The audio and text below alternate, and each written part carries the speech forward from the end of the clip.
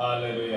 ಕರ್ತನಾದ ಯೇಸುವಿನ ನಾಮದಲ್ಲಿ ಇವತ್ತಿನ ಆರಾಧನೆಗೆ ನಿಮ್ಮನ್ನು ಸ್ವಾಗತಿಸುತ್ತೇನೆ.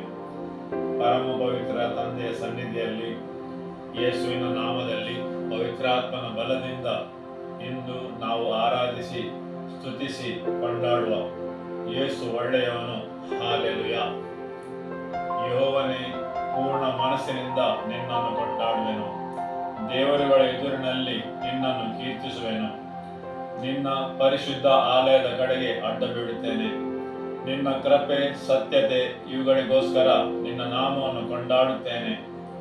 ನಿನ್ನ ನಾಮದ ಮತ್ತು ಆಜ್ಞೆಯ ಘನಪಡಿಸಿ ತೋರಿಸಿದ್ದಿ. ನಾನು ಮೊರೆಯಿಟ್ಟಾಗ ಸದುತ್ತರವನ್ನು ದಯಪಾಲಿಸಿದಿ. ನನ್ನ ಆತ್ಮಕ್ಕೆ ಬಲ ಕೊಟ್ಟು ನನ್ನನ್ನು ದಯಪಡಿಸಿದ್ದಿ. ಯೆಹೋವನೇ, ಭೂರಾಜರೆಲ್ಲರೂ ನೀನು ನುಡಿದ ನುಡಿಗಳನ್ನು ಕೇಳಿ ನಿನ್ನನ್ನು ಸ್ತುತಿಸುವರು. ಅವರು ಯೆಹೋವನ ಮಾರ್ಗಗಳನ್ನು ಹಾಡಿ ಹರಸುವರು. ಯೆಹೋವನ ಪ್ರಭಾವವು ದೊಡ್ಡದಾಗಿದೆಯಲ್ಲ. ಯೆಹೋವನು ಮಹೋನ್ನತನು, ಆದರೂ ದೀನರನ್ನು ಲಕ್ಷಿಸುತ್ತಾನೆ. ಗರ್ವಿಷ್ಠರನ್ನು ದೂರದಿಂದಲೇ ಗುರುತು ಹಿಡಿಯುತ್ತಾನೆ. ನಾನು ಇಕ್ಕಟ್ಟಿನ ದಾರಿಯಲ್ಲಿ ನಡೆಯುವಾಗ ನನ್ನನ್ನು ಚೈತನ್ಯಗೊಳಿಸುವಿ. ನನ್ನ ಶತ್ರುಗಳ ಕೋಪಕ್ಕೆ ವಿರುದ್ಧವಾಗಿ ನಿನ್ನ ಕೈ ಚಾಚುವಿ. ನಿನ್ನ ಬಲಗೈ ನನ್ನನ್ನು ರಕ್ಷಿಸುವುದು. ಯೆಹೋವನು ನನ್ನ ಕಾರ್ಯವನ್ನು ಸಿದ್ಧಿಗೆ ತರುವನು. ಯೆಹೋವನೇ, ನಿನ್ನ ಪ್ರೀತಿಯು ಶಾಶ್ವತವಾದದ್ದು. ನೀನು ಕೈ ಹಾಕಿದ ಕೆಲಸವನ್ನು ನೆರವೇರಿಸದೆ ಬಿಡಬೇಡ. ಹಾಲೆಲೂಯ.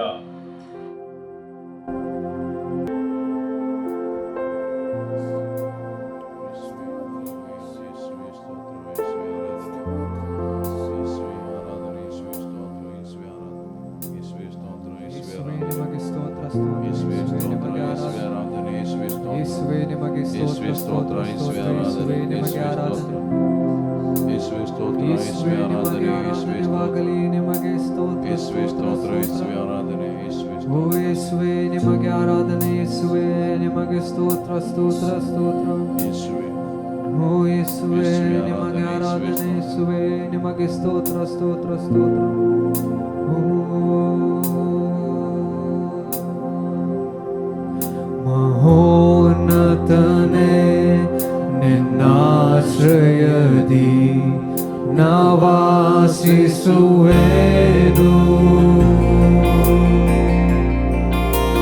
ಸರ್ವಶಕ್ತನೇ, ನಿನ್ನ ನೆರಳಲ್ಲಿ ನಾ ವಿಶ್ರಮಿಸುವೆನು. ಮಹೋನ್ನತನೇ, ಮಹೋನ್ನತನೇ, ನಿನ್ನಾಶ್ರಯದಿ ನಾವಾಸಿಸುವೆನು. ಸರ್ವಶಕ್ತನೇ, ನಿನ್ನ ನೆರಳಲ್ಲಿ ನಾ ವಿಶ್ರಮಿಸುವೆನು. ಬಲವುಳ್ಳನೆ, ನಿನ್ನ ಸಮ್ಮುಖವನ್ನೇ ನಾಶ್ರಯಿಸುವೆ.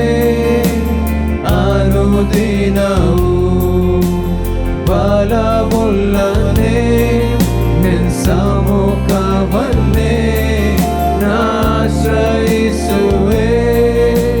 ಅನುದಿನವೂ ಯೆಹೋವಯ್ಯ, ಯೆಹೋವಯ್ಯ, ಯೆಹೋವಯ್ಯ,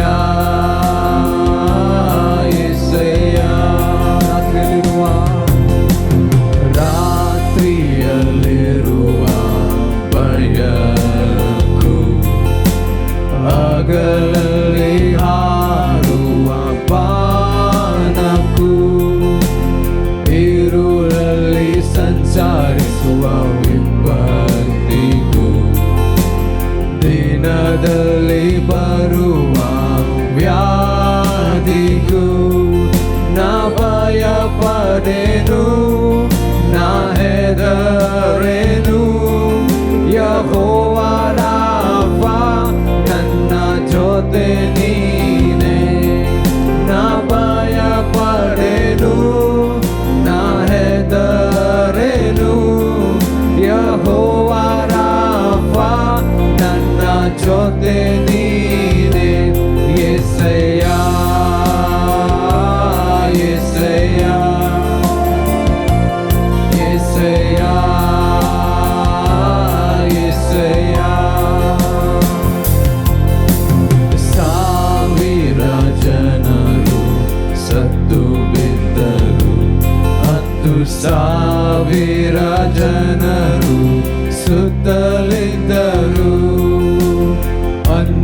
ಸಂಸಾರವು ನನ್ನ ಭರಿಸಿದವು, ಮರಣ ಭಯವು ನನ್ನ ಬಾಧಿಸಿಸಲು.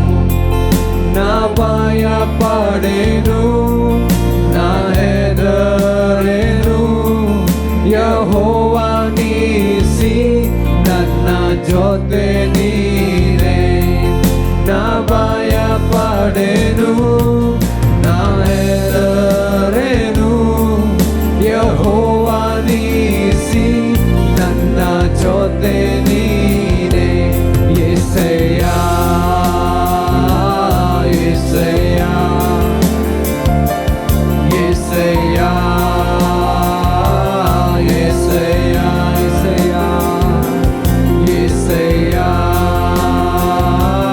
ಯೆಸಯ್ಯ, ಯೆಸಯ್ಯ, ಯೆಸಯ್ಯ. ನಿನ್ನ ಪ್ರೀತಿಸಿದವರನ್ನು ತಪ್ಪಿಸುವಾತನೇ, ನಿನ್ನ ಅರಿತವರನ್ನು ಘನಪಡಿಸುವಾತನೇ. ನಿನ್ನ ಪ್ರೀತಿಸಿದವರನ್ನು ತಪ್ಪಿಸುವಾತನೇ, ನಿನ್ನ ಅರಿತವರನ್ನು ಘನಪಡಿಸುವಾತನೇ. ನನ್ನ ಯುದ್ಧವ ಜಯಿಸಿ ಮೇಲಕ್ಕೆತ್ತುವಾತನೇ,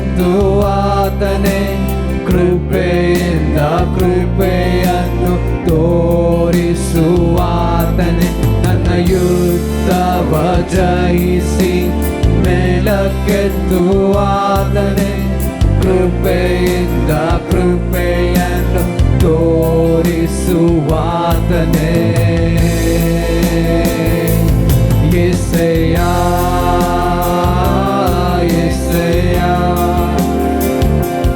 ಯೆಸಯ್ಯ, ಯೆಸಯ್ಯ, ಯೆಸಯ್ಯ, ಯೆಸಯ್ಯ, ಯೆಸಯ್ಯ, ಯೆಸಯ್ಯ. ನಾ ಭಯ ಪಡೆನು, ನಾ ಹೆದರೆನು, ಯೆಹೋವ ಶಾಲೋಮ್ ನನ್ನ ಜೊತೆ ನೀನೇ.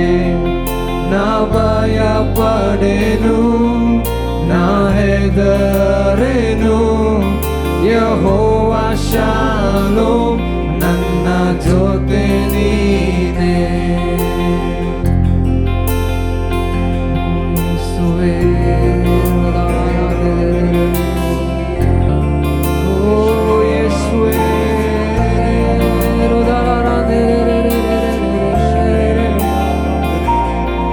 ಓ ಯೇಸುವೇ,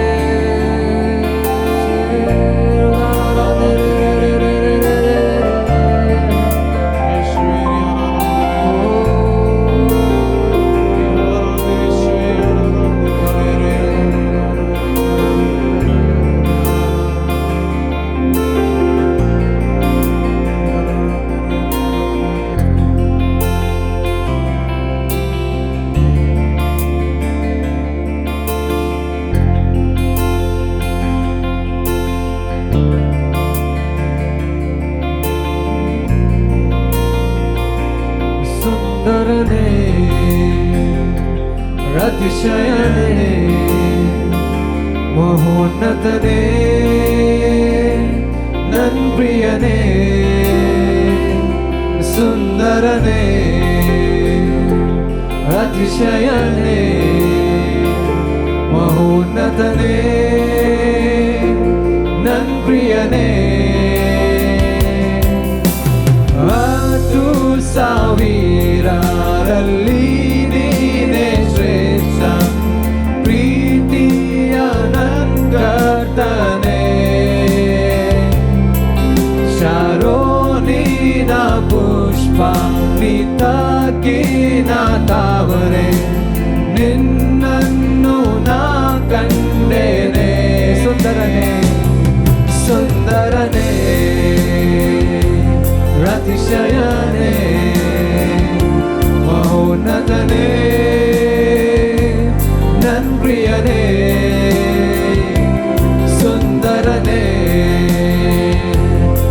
ಅತಿಶಯನೇ ಮಹೋನ್ನತನೇ ನನ್ ಪ್ರಿಯನೇ 10,000ರಲ್ಲಿ ನೀನೇ ಶ್ರೇಷ್ಠ ಪ್ರೀತಿಯ ನಂಗರ್ತನೆ ಶಾರೋನಿನ ಪುಷ್ಪ ನೀ ತಗ್ಗಿನ ತಾವರೆ ನಿನ್ನನ್ನು ನಾ ಕಂಡೇನೆ 10,000ರಲ್ಲಿ 10,000ರಲ್ಲಿ ನೀನೇ ಶ್ರೇಷ್ಠ ಪ್ರೀತಿಯ ನಂಗರ್ತನೆ ಶಾರೋನಿನ ಪುಷ್ಪ ನೀ ತಗ್ಗಿನ ತಾವರೆ ನಿನ್ನನ್ನು ನಾ ಕಂಡೇನೆ ಸುಂದರನೇ ಸುಂದರನೇ ಅತಿಶಯನೇ ಮಹೋನ್ನತನೇ ನನ್ ಪ್ರಿಯನೇ ಸುಂದರನೇ ಅತಿಶಯನೇ ಮಹೋನ್ನತನೇ ನನ್ ಪ್ರಿಯನೇ ನಿನ್ನನ್ನು ನೋಡಲು ನೋಡುತ್ತಾ ಪ್ರೀತಿಸಲು ನಾನು ಬಯಸುವೆ ನಿನ್ನನ್ನು ನೋಡಲು ನೋಡುತ್ತಾ ಪ್ರೀತಿಸಲು ನಾನು ಬಯಸುವೆ ನಿನ್ನನ್ನು ನೋಡಲು ನೋಡುತ್ತಾ ಪ್ರೀತಿಸಲು ನಾನು ಬಯಸುವೆ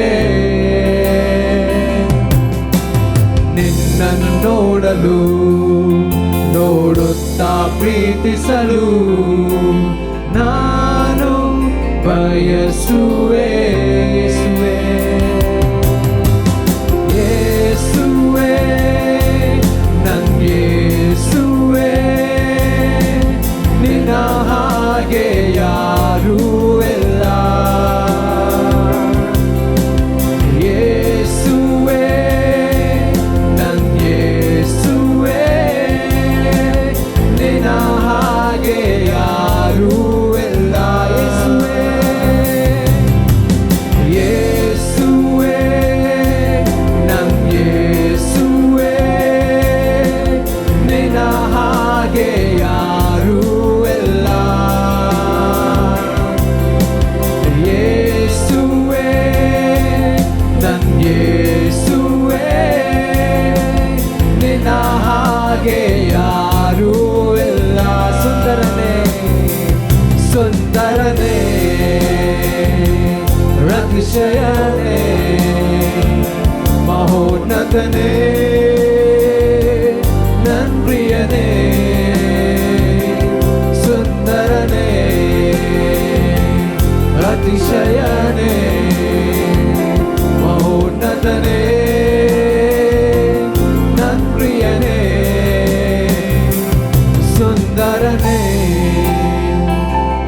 ಅತಿಶಯನೇ ಮಹೋನ್ನತನೇ ನನ್ ಪ್ರಿಯನೇ ಸುಂದರನೇ ಅತಿಶಯನೇ ಮಹೋನ್ನತನೇ ನನ್ ಪ್ರಿಯನೇ ನಿನ್ನನ್ನು ನೋಡಲು ನೋಡುತ್ತಾ ಪ್ರೀತಿಸಲು ನಾನು ಬಯಸುವೆ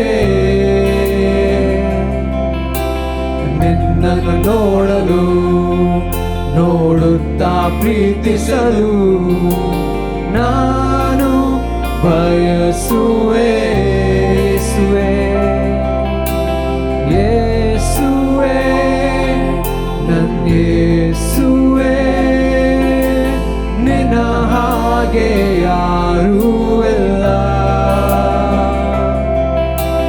ಯೇಸುವೆ ನನ್ ಯೇಸುವೆ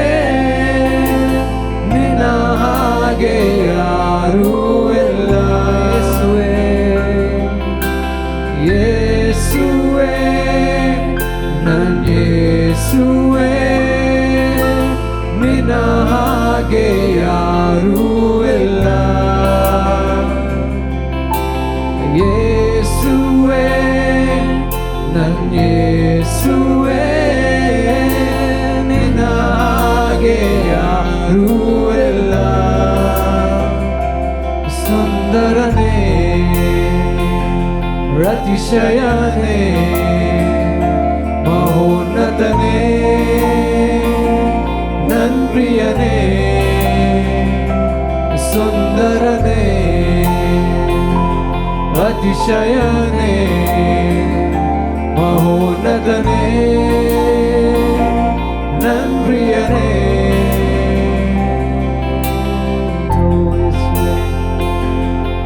ಓ ಯೇಸುವೇ ನಿಮಗೆ ಸ್ತೋತ್ರ ಸ್ತೋತ್ರ.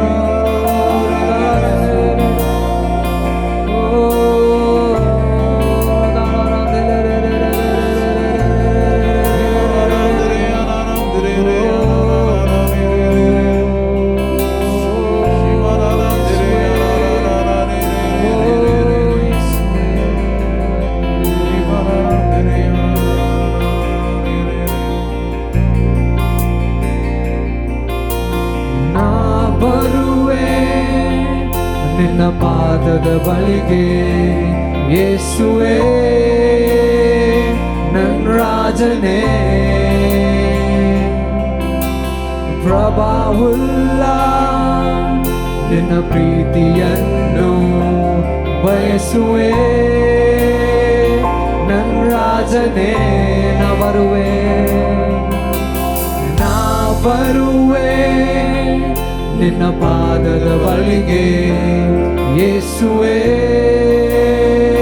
ನನ್ನ ರಾಜನೇ. ಪ್ರಭಾವುಲ್ಲ ನಿನ್ನ ಪ್ರೀತಿಯನ್ನು ಬಯಸುವೆ ನನ್ನ ರಾಜನೇ. ನೀ ಪರಿಶುದ್ಧ ಶುದ್ಧ ಶುದ್ಧ, ನೀ ಪರಿಶುದ್ಧ ಶುದ್ಧ ಶುದ್ಧ, ನೀ ಪರಿಶುದ್ಧ ಶುದ್ಧ ಶುದ್ಧ, ನೀ ಮಾತೃವೇ. ನೀ ಪರಿಶುದ್ಧ,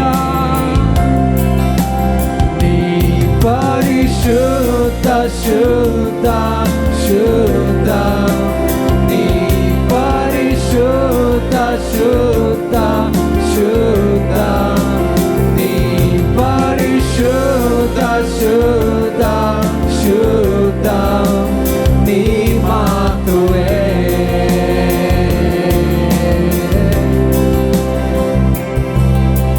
ನಾ ಬರುವೆ ನಿನ್ನ ಪಾದದ ಬಳಿಗೆ ಯೇಸುವೇ ನನ್ನ ರಾಜನೇ.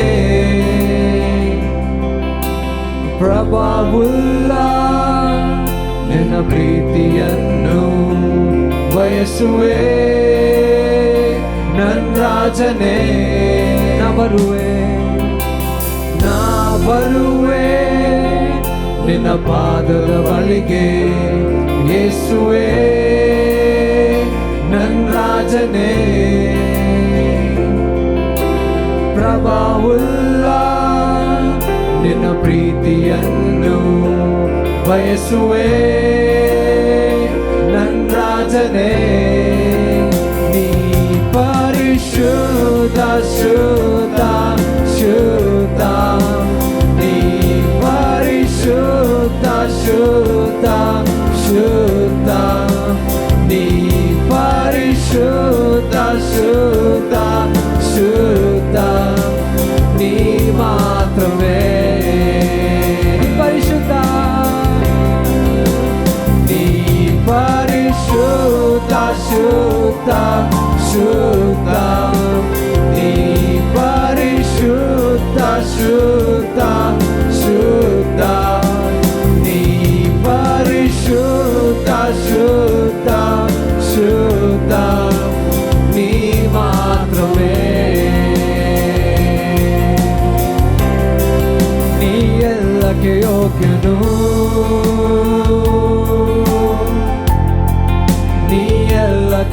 ಯೋಗ್ಯನು,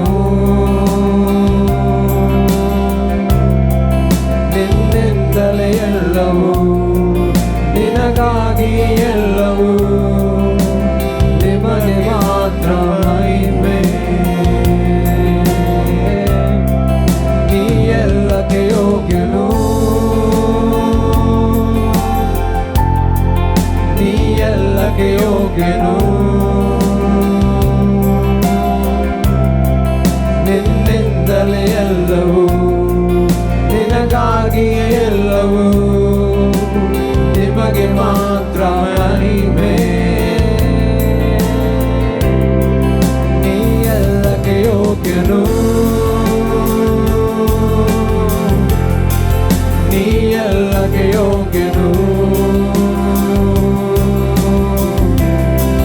ನಿನ್ನಿಂದಲೇ ಎಲ್ಲವೂ, ನಿನಗಾಗಿ ಎಲ್ಲವೂ, ನಿಮಗೆ ಮಾತ್ರ ಮಹಿಮೆ. ಎಲ್ಲಕ್ಕೆ ಯೋಗ್ಯನು, ನೀ ಎಲ್ಲಕ್ಕೆ ಯೋಗ್ಯನು, ನೀ ಎಲ್ಲಕ್ಕೆ ಯೋಗ್ಯನು, ನಿನ್ನಿಂದಲೇ ಎಲ್ಲವೂ, ನಿನಗಾಗಿ ಎಲ್ಲವೂ, ನಿನಗೆ ಮಾತ್ರ ಮಹಿಮೆ.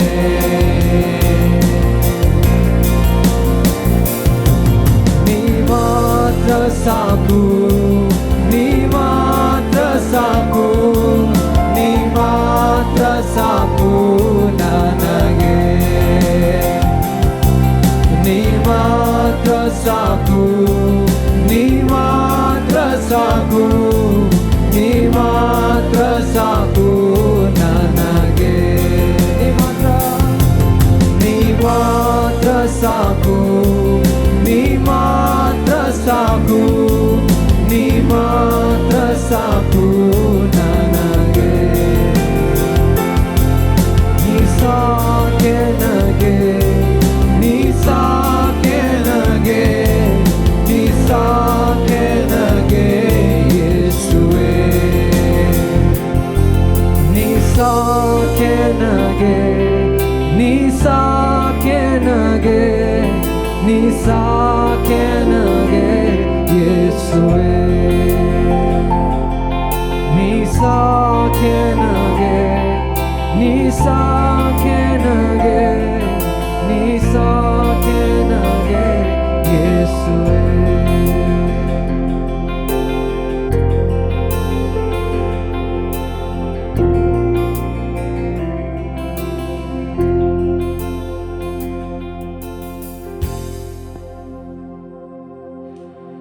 ಹಾಲೆಲೂಯ. ಯೇಸುವೇ ಸ್ತೋತ್ರ, ವಂದನೆ, ಆರಾಧನೆ, ಮಹಿಮೆ. ಇವತ್ತಿನ ದೇವರ ವಾಕ್ಯವನ್ನು ಕೇಳುವ, ಯೆಹೋಶುವನ ಪುಸ್ತಕವನ್ನು ಮುಂದುವರಿಸುವ. ಯೆಹೋಶುವ ಅಧ್ಯಾಯ 9 ವಾಕ್ಯ 1.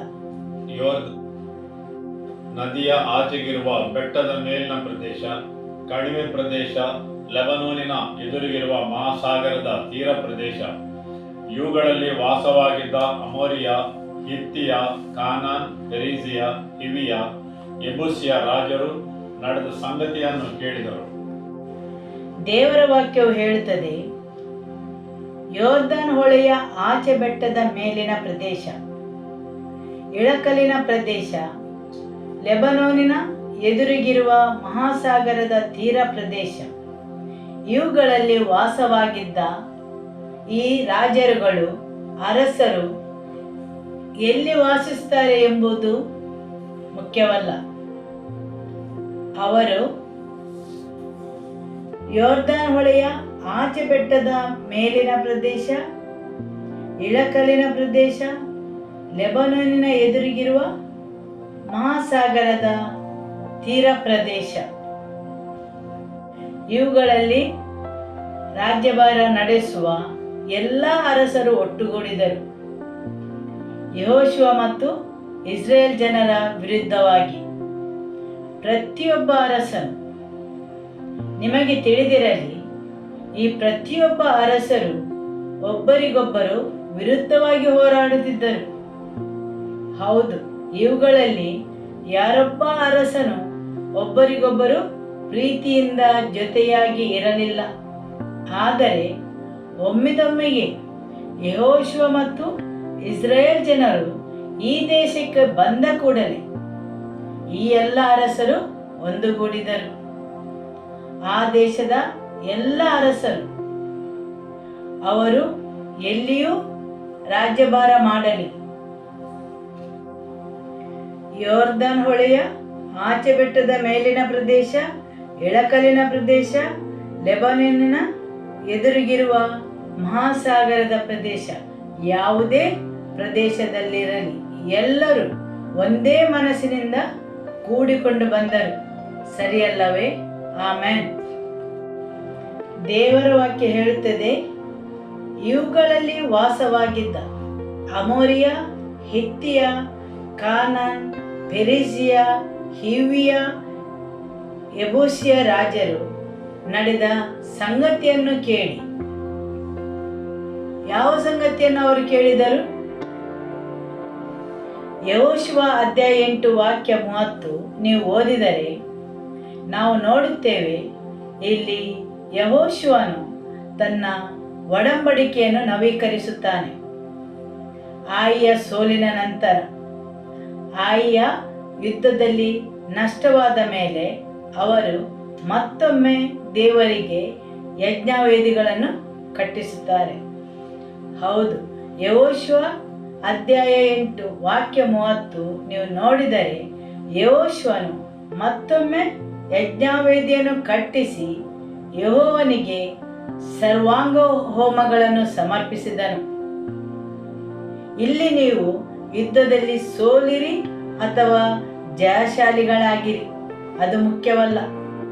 ಯಾವಾಗ ನೀವು ದೇವರಿಗೋಸ್ಕರ ನಿಮ್ಮನ್ನೇ ಶುದ್ಧೀಕರಿಸುತ್ತೀರಿ, ಯೆಹೋವನಿಗೆ ಯಜ್ಞವೇದಿಯನ್ನು ಕಟ್ಟಿಸಿ ದೇವರಲ್ಲಿ ಆತ್ಮೀಯರಾಗುತ್ತೀರಿ, ತಕ್ಷಣವೇ ಆ ದೇಶದ ರಾಜರು ಈ ಸಂಗತಿಯನ್ನು ಕೇಳಿ ಅವರೆಲ್ಲರೂ ಒಂದಾಗಿ ಕೂಡಿಕೊಂಡು ಬಂದರು. ಆಮೆನ್. ಯಾವಾಗ ಅವರು ತಮ್ಮನ್ನೇ ಪವಿತ್ರಗೊಳಿಸಿದರು, ಒಂದು ಯಜ್ಞವೇದಿಯನ್ನು ಕಟ್ಟಿದರು, ಆ ಸಮಯದಲ್ಲಿ ಇದೆಲ್ಲವೂ ನಡೆಯಿತು. ದೇವರ ವಾಕ್ಯ ಹೇಳುತ್ತದೆ, ಮುಂದುವರಿಸಿ ಹೋಗುವಾಗ ಒಂದು ಯಜ್ಞವೇದಿಯನ್ನು ಕಟ್ಟಿಸಿದನು. ಜನರು ಅದರ ಮೇಲೆ ಯೆಹೋವನಿಗೆ ಸರ್ವಾಂಗ ಹೋಮಗಳನ್ನು, ಸಮಾಧಾನ ಯಜ್ಞಗಳನ್ನು ಸಮರ್ಪಿಸಿದರು. ಇಲ್ಲಿ ಅವರು ದೇವರಿಗೆ ಆತ್ಮೀಯರಾದರು. ತಮ್ಮ ಜೀವನವನ್ನು ದೇವರ ವಾಕ್ಯದ ಪ್ರಕಾರ ಸಂಘಟಿಸಿದರು. ಮುಂದುವರಿಸುತ್ತಾ ಹೇಳುತ್ತದೆ, ಯೆಹೋಶುವನು ಮೋಸೆಯ ಧರ್ಮಶಾಸ್ತ್ರವನ್ನು ಓದಿದನು. ದೇವರ ವಾಕ್ಯ 33ರಲ್ಲಿ ಇಲ್ಲಿ ಇಸ್ರಾಯೇಲರು ಅಂದರೆ ಹಿರಿಯರು, ಅಧಿಕಾರಿಗಳು, ನ್ಯಾಯಾಧಿಪತಿಗಳು, ಅನ್ಯ ದೇಶಸ್ಥರು, ಸ್ವದೇಶಸ್ಥರು ಯೆಹೋವನ ಒಡಂಬಡಿಕೆಯ ಮಂಜೂಷದ ಎಡಬಲಗಡೆಗಳಲ್ಲಿ ಅದನ್ನು ಹೊತ್ತ ಲೇವಿಯರಾದ ಯಾಜಕರ ಎದುರಾಗಿ ನಿಂತುಕೊಂಡರು. ದೇವರ ಮಂಜೂಷವು ದೇವರ ಉಪಸ್ಥಿತಿಯ ಪ್ರಸನ್ನತೆಯ ಸಂಕೇತವಾಗಿದೆ. ಎಲ್ಲ ಇಸ್ರಾಯೇಲ್ ಜನರು ಮಂಜೂಷದ ಎಡಬಲಗಡೆಗಳಲ್ಲಿ ಬಂದು ಸೇರಿದರು, ದೇವರ ಉಪಸ್ಥಿತಿಗೆ ಬಂದರು. ಇಲ್ಲಿ ಗಮನಿಸುವ ಕೇಂದ್ರ ಬಿಂದು ದೇವರ ಮಂಜೂಷವಾಗಿದೆ. ಪ್ರತಿಯೊಬ್ಬರು ದೇವರ ಮಂಜೂಷದ ಸುತ್ತಲೂ ಸೇರಿದರು. ದೇವರ ಮಂಜೂಷವು ಕೇಂದ್ರ ಬಿಂದು ಆಯಿತು. ಸರಿಯಲ್ಲವೇ? ಹೌದು. ಇಲ್ಲಿ ಎಲ್ಲ ಇಸ್ರಾಯೇಲರ ಗಮನವು ದೇವರ ಮಂಜೂಷದ ಮೇಲಿತ್ತು ಮತ್ತು ಅವರೆಲ್ಲರೂ ಈ ಮಂಜೂಷದ ಸುತ್ತಲೂ ಸೇರಿದರು, ಅಥವಾ ಅವರೆಲ್ಲರೂ ದೇವರ ಹಾಜರುತನಕ್ಕೆ ಬಂದರು. ಆಮೆನ್.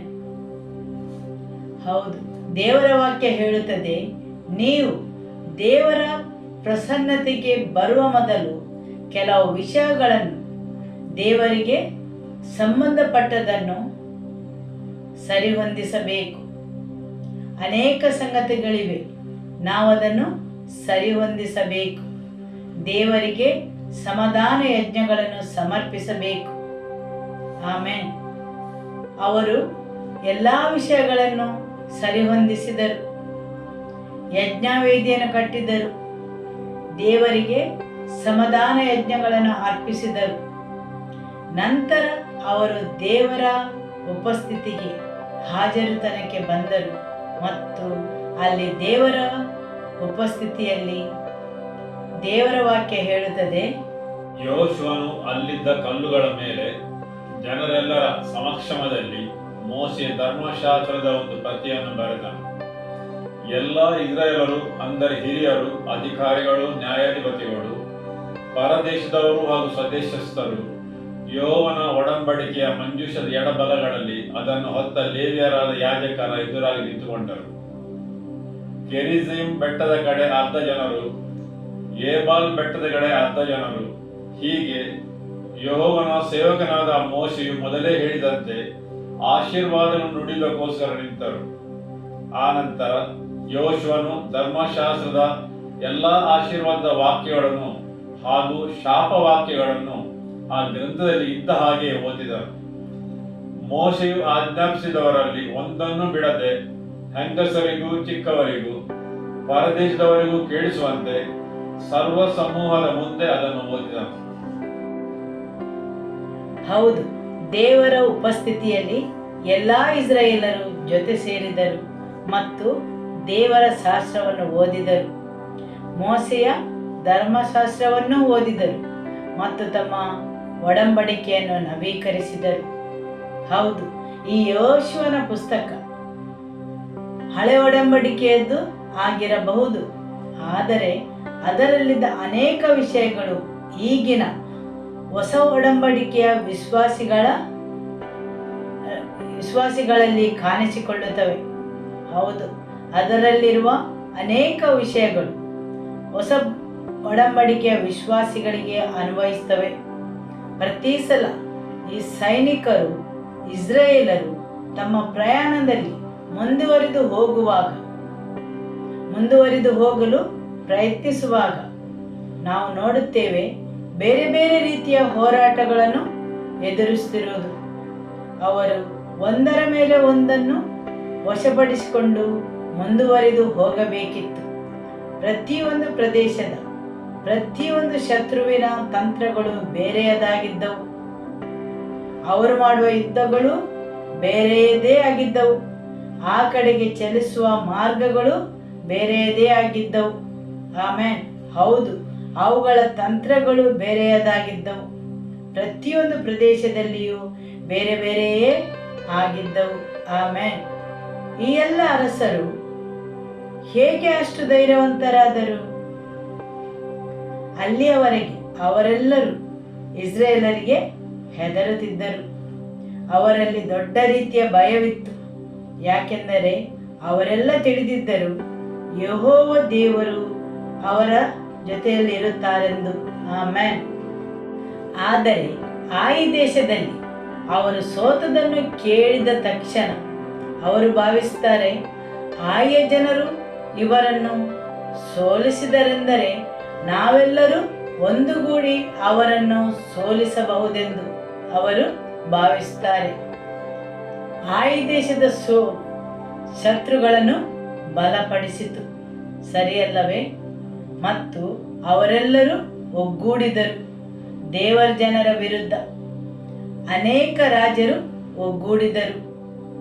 ನೀವು ಯಾವಾಗ ನಿಮ್ಮನ್ನು ಶುದ್ಧೀಕರಿಸುತ್ತೀರಿ, ದೇವರಿಗೆ ಯಜ್ಞವೇದಿಯನ್ನು ಕಟ್ಟಿ ದೇವರ ವಾಕ್ಯದಂತೆ ಜೀವಿಸಲು ಪ್ರಾರಂಭಿಸುವಾಗ ನಿಮ್ಮ ಸುತ್ತಲೂ ಹೋರಾಟಗಳು ಆರಂಭವಾಗುತ್ತವೆ ಮತ್ತು ಇದು ನೀವು ದೇವರ ರಾಜ್ಯದಲ್ಲಿ ಮುನ್ನಡೆದು ಹೋಗುವ ಸಂಕೇತವಾಗಿದೆ. ಆಮೆನ್. ಯಾವಾಗ ನೀವು ಬೇರೆ ಬೇರೆ ರೀತಿಯ ಹೋರಾಟಗಳಿಗೆ ಮುಖಾಮುಖಿ ಆಗುತ್ತೀರಿ, ಅದು ನೀವು ಮುಂದಕ್ಕೆ ಮುನ್ನಡೆದು ಹೋಗುವ ಸಂಕೇತವಾಗಿದೆ. ಹಾಲೆಲೂಯ. ತಿಳಿತಲ್ಲವೇ? ಆಮೆನ್. ವಾಕ್ಯ 3ರಿಂದ ಮುಂದುವರಿಸುವ. ಯೆರಿಕೋವಿನವರನ್ನು ಮತ್ತು ಆಯಿ ಎಂಬ ಊರಿನವರನ್ನು ಯೆಹೋಶುವನು ಸಂಹರಿಸಿದ ಸುದ್ದಿಯು ಗಿಬೋನಿನ ನಿವಾಸಿಗಳಿಗೆ ಮುಟ್ಟಿತು. ಅವರೊಂದು ಉಪಾಯವನ್ನು ಮಾಡಿದರು. ಅದೇನೆಂದರೆ, ಅವರು ತಮ್ಮ ಕತ್ತೆಗಳ ಮೇಲೆ ಹಳೆಯ ಗೋಣಿತಟ್ಟುಗಳನ್ನು ಹಾಕಿ ಅವುಗಳ ಮೇಲೆ ತೇಪೆ ಹಾಕಿದ ದ್ರಾಕ್ಷಾರಸದ ಹಳೆಯ ಗುದ್ದಲಿಗಳನ್ನು ಹೇರಿದರು. ಹರಿದು ಹೋಗಿದ್ದ ಹಳೆಯ ಕೆರೆಗಳನ್ನು ಮೆಟ್ಟಿಕೊಂಡರು. ಹಳೆಯ ಬಟ್ಟೆಗಳನ್ನು ಹಾಕಿಕೊಂಡರು. ಒಣ ರೊಟ್ಟಿ ಚೂರುಗಳನ್ನು ಬುತ್ತಿಯಾಗಿ ಕಟ್ಟಿಕೊಂಡರು. ತಾವು ರಾಯಭಾರಿಗಳೆಂದು ಗಿಲ್ಗಾಲ್ನಲ್ಲಿದ್ದ ಯೆಹೋಶುವನ ಪಾಳೆಯಕ್ಕೆ ಬಂದರು. ಅವನಿಗೂ ಇಸ್ರಾಯೇಲರಿಗೂ, ನಾವು ದೂರ ದೇಶದ ಬಂದವರು, ನೀವು ನಮ್ಮ ಸಂಗಡ ಒಂದು ಒಪ್ಪಂದ ಮಾಡಿಕೊಳ್ಳಬೇಕೆಂದು ಕೇಳಿ. ಆಗ ಇಸ್ರಾಯೇಲರು ಹಿವಿಯರಾದ ಅವರಿಗೆ, ಬಹುಶಃ ನೀವು ನಮ್ಮ ದೇಶದ ನಿವಾಸಿಗಳೇ ಆಗಿರಬಹುದು. ಹೀಗಿರುವುದರಿಂದ ನಾವು ನಿಮ್ಮ ಸಂಗಡ ಒಪ್ಪಂದ ಮಾಡಿಕೊಳ್ಳುವುದು ಹೇಗೆ ಎಂದು ಉತ್ತರ ಕೊಟ್ಟರು. ಅವರು ಯೆಹೋಶುವನಿಗೆ, ನಾವು ನಿಮ್ಮ ದಾಸರು ಎಂದರು.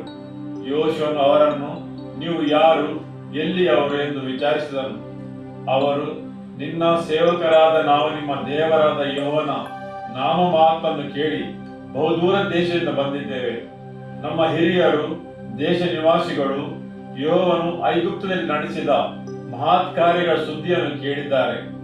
ಹೆಷ್ಬೋನಿನ ಅರಸನಾದ ಸೀಹೋನ್, ಅಷ್ಟರೋತಿನಲ್ಲಿ ವಾಸವಾಗಿದ್ದ ಬಾಷಾನಿನ ಅರಸನಾದ ಓಗ್ ಎಂಬ ಈ ಇಬ್ಬರು ಅಮೋರಿಯರ ಅರಸರಿಗೆ ಯೆಹೋವನು ಮಾಡಿದೆಲ್ಲವನ್ನೂ ಕೇಳಿದ್ದಾರೆ. ನೀವು ಪ್ರಯಾಣಕ್ಕೋಸ್ಕರ ಬುತ್ತಿ ಕಟ್ಟಿಕೊಂಡು ಹೋಗಿ ಇಸ್ರಾಯೇಲರನ್ನು ಎದುರುಗೊಂಡು, ನಾವು ನಿಮ್ಮ ಸೇವಕರು, ನೀವು ನಮ್ಮ ಸಂಗಡ ಒಪ್ಪಂದ ಮಾಡಿಕೊಳ್ಳಬೇಕೆಂಬುದಾಗಿ ಅವರನ್ನು ಬೇಡಿಕೊಳ್ಳಿರಿ ಎಂದು ಹೇಳಿ ನಮ್ಮನ್ನು ಕಳುಹಿಸಿದರು. ನಾವು ನಿಮ್ಮನ್ನು ಎದುರುಗೊಳ್ಳುವುದಕ್ಕಾಗಿ ಮನ ಬಿಟ್ಟು ಹೊರಟಾಗ ಪ್ರಯಾಣಕ್ಕೋಸ್ಕರ ತೆಗೆದುಕೊಂಡ ಈ ರೊಟ್ಟಿ ಬಿಸಿಯಾಗಿತ್ತು, ಈಗ ಒಣಗಿ ಚೂರು ಚೂರಾಗಿದೆ ನೋಡಿರಿ. ನಾವು ದ್ರಾಕ್ಷಾರಸ ತುಂಬಿಸಿಕೊಂಡಿದ್ದ ಈ ಗುದ್ದಲಿಗಳು ಹೊಸದಾಗಿದ್ದವು, ಈಗ ಹರಿದು ಹೋಗಿವೆ. ನಮ್ಮ ಬಟ್ಟೆ ಬರೆಗಳು ಹಾಗೂ ಕೆರಗಳು ದೀರ್ಘ ಪ್ರಯಾಣದಿಂದ ಸವೆದು ಹೋಗಿವೆ ಎಂದು ವಿವರಿಸಿದರು. ಆಗ ಇಸ್ರಾಯೇಲರು ಅವರ ಬುತ್ತಿಯಲ್ಲಿ ಸ್ವಲ್ಪ ತೆಗೆದುಕೊಂಡರು, ಆದರೆ ಯೆಹೋವನನ್ನು ವಿಚಾರಿಸಲಿಲ್ಲ. ಯೆಹೋಶುವನು ಅವರೊಡನೆ, ನಿಮ್ಮ ಜೀವವನ್ನು ಕಾಪಾಡುತ್ತೇವೆ ಎಂದು ಶಾಂತಿ ಸಂಧಾನ ಮಾಡಿಕೊಂಡನು. ಸಭೆಯ ನಾಯಕರು ಹಾಗೆಯೇ ಪ್ರಮಾಣ ಮಾಡಿದರು. ಜನರ ಪ್ರಧಾನರು ಪ್ರಯಾಣ ಮಾಡಿದರು. ಈ ಒಪ್ಪಂದವಾದ 3 ದಿನಗಳ ಮೇಲೆ ಅವರು ತಮ್ಮ ನೆರೆಯವರೆಂದು, ತಮ್ಮ ಮಧ್ಯದಲ್ಲಿಯೇ ವಾಸಿಸುವರೆಂದು ಇಸ್ರಾಯೇಲರಿಗೆ ಗೊತ್ತಾಯಿತು. ಈ ದೇವರ ವಾಕ್ಯವು ನಿಮಗೆಲ್ಲರಿಗೆ ತಿಳಿದೇ ಇದೆ, ಸರಿಯಲ್ಲವೇ? ಇಲ್ಲಿ ಇಸ್ರಾಯೇಲರು 2 ವರ್ಗದ ಜನರನ್ನು ಎದುರಿಸುತ್ತಾರೆ. ಒಂದು ಬಹಿರಂಗವಾದ ಶತ್ರು. ಎಲ್ಲ ರಾಜರುಗಳು ಒಗ್ಗೂಡಿದ್ದಾರೆ. ಯೋರ್ದನ್ ಹೊಳೆಯ ಆಚೆ ಬೆಟ್ಟದ ಮೇಲಿನ ಪ್ರದೇಶ, ಇಳಕಲಿನ ಪ್ರದೇಶ, ಲೆಬನೋನಿನ ಎದುರಿಗಿರುವ ಮಹಾಸಾಗರದ ತೀರ ಪ್ರದೇಶ. ಈ ಎಲ್ಲ ಪ್ರದೇಶದವರು, ಆ ದೇಶದ ಎಲ್ಲ ರಾಜರುಗಳು ಅವರ ವಿರುದ್ಧವಾಗಿ ಕೂಡಿ ಬಂದಿದ್ದಾರೆ. ಅವರೆಲ್ಲ ಬಂದಿದ್ದಾರೆ ಬೆದರಿಸಲು. ಹೌದು, ಈ ಶತ್ರುಗಳು ಬಹಿರಂಗವಾಗಿ ಬರುತ್ತಾರೆ ಮತ್ತು ಧಿಕ್ಕರಿಸುತ್ತಾರೆ. ದೇವರ ಉದ್ದೇಶದಂತೆ ಮುಂದುವರೆದು ಮುನ್ನಡೆಯುವಾಗ ಶತ್ರುಗಳ ಒಕ್ಕೂಟವು ಬಹಿರಂಗವಾಗಿ ಬರುತ್ತದೆ. ಪ್ರಕಟಣೆಯ ಗ್ರಂಥದಲ್ಲಿ ಸಹ ನಾವು ಓದುತ್ತೇವೆ, ಈ ಭೂಮಿಯ ರಾಜರುಗಳು ಯೇಸು ಸ್ವಾಮಿಯ ಮತ್ತು ಆತನ ಸೈನ್ಯದ ವಿರುದ್ಧ ಸೇರಿದರೆಂದು. ಇಡೀ ಬೈಬಲ್ನಲ್ಲಿ ನಾವು ನೋಡುತ್ತೇವೆ ಇದೇ ರೀತಿಯ ಮಾದರಿಯನ್ನು. ಒಂದೇ ದೇವರ ವಿರುದ್ಧ ಅಥವಾ ದೇವರ ಮಕ್ಕಳ ವಿರುದ್ಧ ಯಾವಾಗ ಅವರು ಮುಂದುವರಿದು ಮುನ್ನಡೆಯುವಾಗ ರಾಜರುಗಳ ಅಥವಾ ಸೈನ್ಯಗಳ ಒಕ್ಕೂಟಗಳು ಬಂದು ಅವರನ್ನು ಬೆದರಿಸುತ್ತವೆ, ಅವರ ಮುನ್ನಡೆಯುವಿಕೆಯನ್ನು ನಿಲ್ಲಿಸಲು. ಬಹಿರಂಗ ಶತ್ರು ಬಹಿರಂಗವಾಗಿ ಬಂದು ಧಿಕ್ಕರಿಸುತ್ತಾನೆ, ಹಾಗೂ ನೀವು ಅವರನ್ನು ಶತ್ರು ಎಂದು ತಿಳಿದಿರುತ್ತೀರಿ. ನೀವು ಎಚ್ಚರವಾಗಿರುತ್ತೀರಿ, ಕಾವಲು ಕಾಯುತ್ತೀರಿ, ನಿಮ್ಮ ರಕ್ಷಣೆಯಲ್ಲಿರುತ್ತೀರಿ. ಹಾಲೆಲೂಯ, ಸರಿಯಲ್ಲವೇ? ಆಮೆನ್. ದೇವರ ವಾಕ್ಯ 3ರಲ್ಲಿ ಯೆರಿಕೋವಿನವರನ್ನು ಮತ್ತು ಆಯಿ ಎಂಬ ಊರಿನವರನ್ನು ಯೆಹೋಶುವನು ಸಂವರಿಸಿದ ಸುದ್ದಿಯು ಗಿಬ್ಯೋನಿನ ನಿವಾಸಿಗಳಿಗೆ ಮುಟ್ಟಿತು. ಅವರು ಒಂದು ಉಪಾಯವನ್ನು ಮಾಡಿದರು.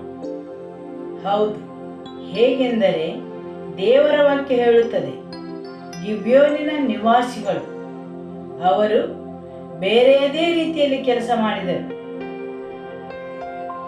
ಬೇರೆ ರಾಜರುಗಳು ಕಾನಾನ್ಯರು ಅದೇ ದೇಶದಲ್ಲಿ ವಾಸಿಸುತ್ತಾರೆ. ಆದರೆ ಗಿಬ್ಯೋನಿನ ನಿವಾಸಿಗಳು, ದೇವರ ವಾಕ್ಯ ಹೇಳುತ್ತದೆ, ಅವರು ಮೋಸಗೊಳಿಸುವ ಉದ್ದೇಶದ ಕೆಲಸವನ್ನು ಮಾಡಿದರು. ಉಳಿದವರೆಲ್ಲರೂ ಬಹಿರಂಗವಾಗಿ ಬಂದರು, ಆದರೆ ಗಿಬ್ಯೋನಿನ ನಿವಾಸಿಗಳು ಮೋಸದ ಉದ್ದೇಶದೊಂದಿಗೆ ಕೆಲಸ ಮಾಡಿದರು. ಆದುದರಿಂದ ಅವರು ಸಂಪೂರ್ಣವಾಗಿ ಬೇರೆಯದೇ ರೀತಿಯಲ್ಲಿ ಬಂದು ಸಂಧಿಸುತ್ತಾರೆ. ಅವರು ಹೇಗೆ ಬಂದು ಸಂಧಿಸುತ್ತಾರೆ? ಅವರು ಪ್ರತಿಯೊಂದು ಮನವರಿಕೆಯಾಗುವಂತೆ ಬರುತ್ತಾರೆ. ಅವರು ಸರಿಯಾದ ತಯಾರಿಯನ್ನು ಮಾಡಿ ಬರುತ್ತಾರೆ. ದೇವರ ವಾಕ್ಯ ಹೇಳುತ್ತದೆ, ಅವರು ಒಣರೊಟ್ಟಿ ಚೂರುಗಳನ್ನು, ದ್ರಾಕ್ಷಾರಸದ ಹಳೆಯ ಬುದ್ದಲಿಗಳನ್ನು, ಹರಿದ ಹಳೆಯ ಪಾದರಕ್ಷೆಗಳು, ಹಳೆಯ ಧೂಳು ತುಂಬಿದ ಬಟ್ಟೆಗಳನ್ನು ಹೊದೆದು, ಕತ್ತೆಗಳ ಮೇಲೆ ಹಳೆಯ ಗೋಣಿತಟ್ಟುಗಳನ್ನು ಹಾಕಿ ಬರುತ್ತಾರೆ. ಇಲ್ಲಿ ಶತ್ರುವು ಹೇಳಿದ್ದು ಪ್ರತಿಯೊಂದು ಸರಿಯಾಗಿ ಮನವರಿಕೆ ಆಗುವಂತೆ ಇರುತ್ತದೆ, ಸರಿಯಲ್ಲವೇ? ಶತ್ರುವು ತಂದದ್ದು ಪ್ರತಿಯೊಂದು ಸ್ಪಷ್ಟವಾಗಿ ಮನವರಿಕೆಯಾಗುವಂತೆ, ನಿಮಗೆ ಒಂದು ಚೂರು ಸಂಶಯ ಬರದಂತೆ ಪ್ರತಿಯೊಂದು ಸ್ಪಷ್ಟವಾಗಿ ಮನವರಿಕೆಯಾಗುವಂತೆ. ನೋಡಿ, ಈ ರೊಟ್ಟಿಗಳು ಈಗ ಒಣಗಿ ಚೂರುಗಳಾಗಿವೆ, ಆದರೆ ನಾವು ಊರಿನಿಂದ ಹೊರಡುವಾಗ ಇವುಗಳು ತಾಜಾವಾಗಿದ್ದವು. ಆಗ ತಾನೇ ಒಲೆಯಿಂದ ತೆಗೆದು ತಂದಿದ್ದೆವು. ಇಸ್ರಾಯೇಲರು ಆ ರೊಟ್ಟಿಗಳನ್ನು ತೆಗೆದುಕೊಂಡು ರುಚಿ ನೋಡುತ್ತಾರೆ. ಓ ಹೌದು, ಇವುಗಳು ಒಣಗಿ ಹೋಗಿವೆ. ಸ್ಪಷ್ಟವಾಗಿ ಮನವರಿಕೆಯಾಗುವಂತೆ ಮತ್ತೆ ಅವರ ದ್ರಾಕ್ಷಾರಸದ ಬುದ್ದಲಿಯನ್ನು ತೋರಿಸ್ತಾರೆ. ನೋಡಿ, ಇವುಗಳು ಸಹ ತಾಜಾವಾಗಿದ್ದವು. ನಮ್ಮ ಪ್ರಯಾಣವು ಇವುಗಳಿಗೆ ಹಾನಿಯನ್ನುಂಟು ಮಾಡಿತು. ನಮ್ಮ ಉದ್ದದ ಪ್ರಯಾಣ, ನಮ್ಮ ಪಾದರಕ್ಷೆಗಳನ್ನು ನೋಡಿರಿ, ಇವುಗಳು ಹರಿದು ಹೋಗಿವೆ. ಹೌದು, ಅವರು ತೋರಿಸುವ ಪ್ರತಿಯೊಂದು ವಸ್ತುವು ಸರಿಯಾಗಿ ಮನವರಿಕೆಯಾಗುವಂಥವುಗಳು. ಎಲ್ಲಿಯವರೆಗೆ ಎಂದರೆ ಇಸ್ರಾಯೇಲ್ ಜನರು ಅದನ್ನು ನಂಬಿದರು.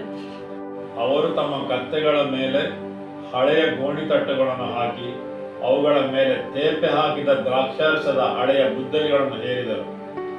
ಹರಿದು ಹೋಗಿದ್ದ ಹಳೆಯ ಕೆರೆಗಳನ್ನು ಮೆಟ್ಟಿಕೊಂಡರು, ಹಳೆಯ ಬಟ್ಟೆಗಳನ್ನು ಹಾಕಿಕೊಂಡರು, ಒಣ ರೊಟ್ಟಿ ಚೂರುಗಳನ್ನು ಬುತ್ತಿಯಾಗಿ ಕಟ್ಟಿಕೊಂಡರು.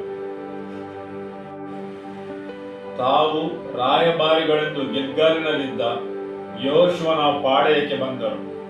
ಅವನಿಗೂ ಇಸ್ರಾಯೇಲರಿಗೂ, ನಾವು ದೂರ ದೇಶದಿಂದ ಬಂದವರು, ನೀವು ನಮ್ಮ ಸಂಗಡ ಒಂದು ಒಪ್ಪಂದ ಮಾಡಿಕೊಳ್ಳಬೇಕೆಂದು ಕೇಳಿಕೊಂಡರು.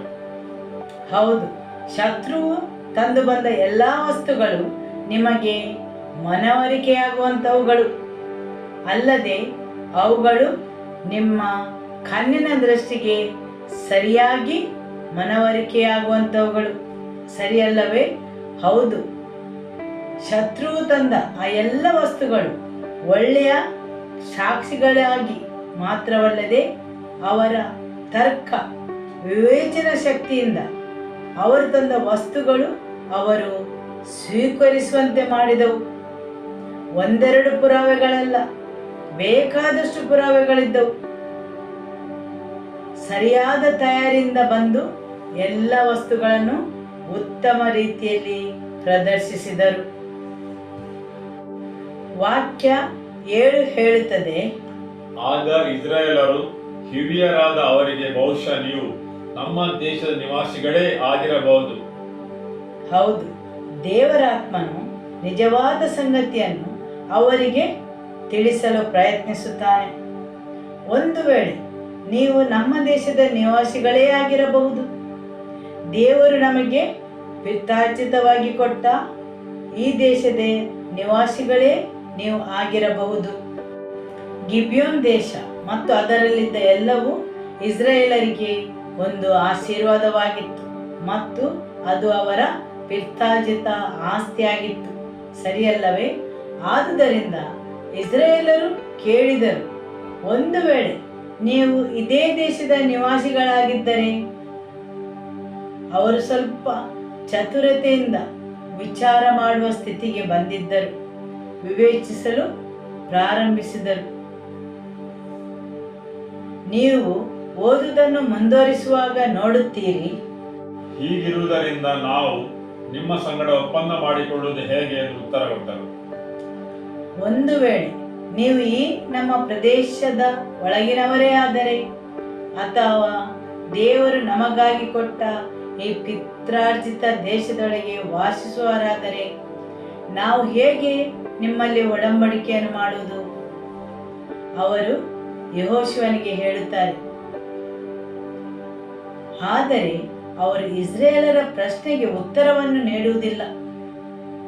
ಯೆಹೋಶುವನು ಹೇಳುತ್ತಾನೆ, ಒಂದು ವೇಳೆ ನೀವು ನಮ್ಮ ದೇಶದೇ ನಿವಾಸಿಗಳಾದರೆ. ಅವರು ಹೇಳುತ್ತಾರೆ, ನಾವು ನಿನ್ನ ದಾಸರಾಗಿದ್ದೇವೆ.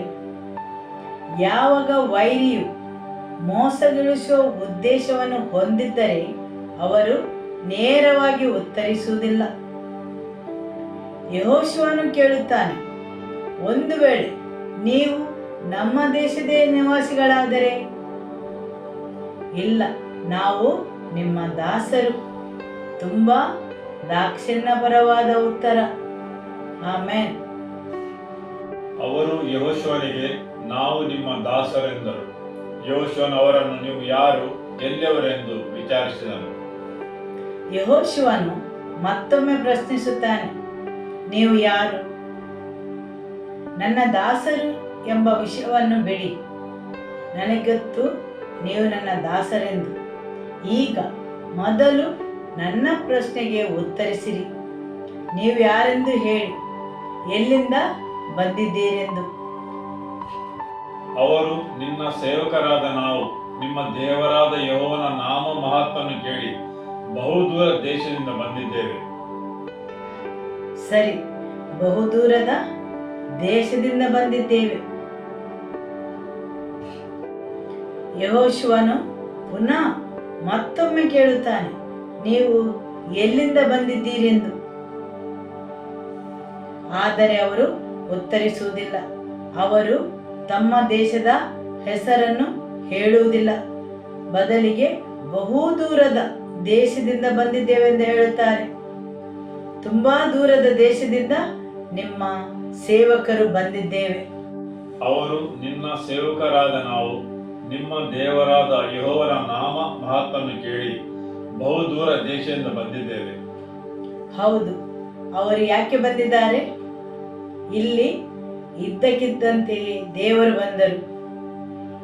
ನಿಮ್ಮ ದೇವರಾದ ಯೆಹೋವನ ನಾಮ ನಿಮಿತ್ತ.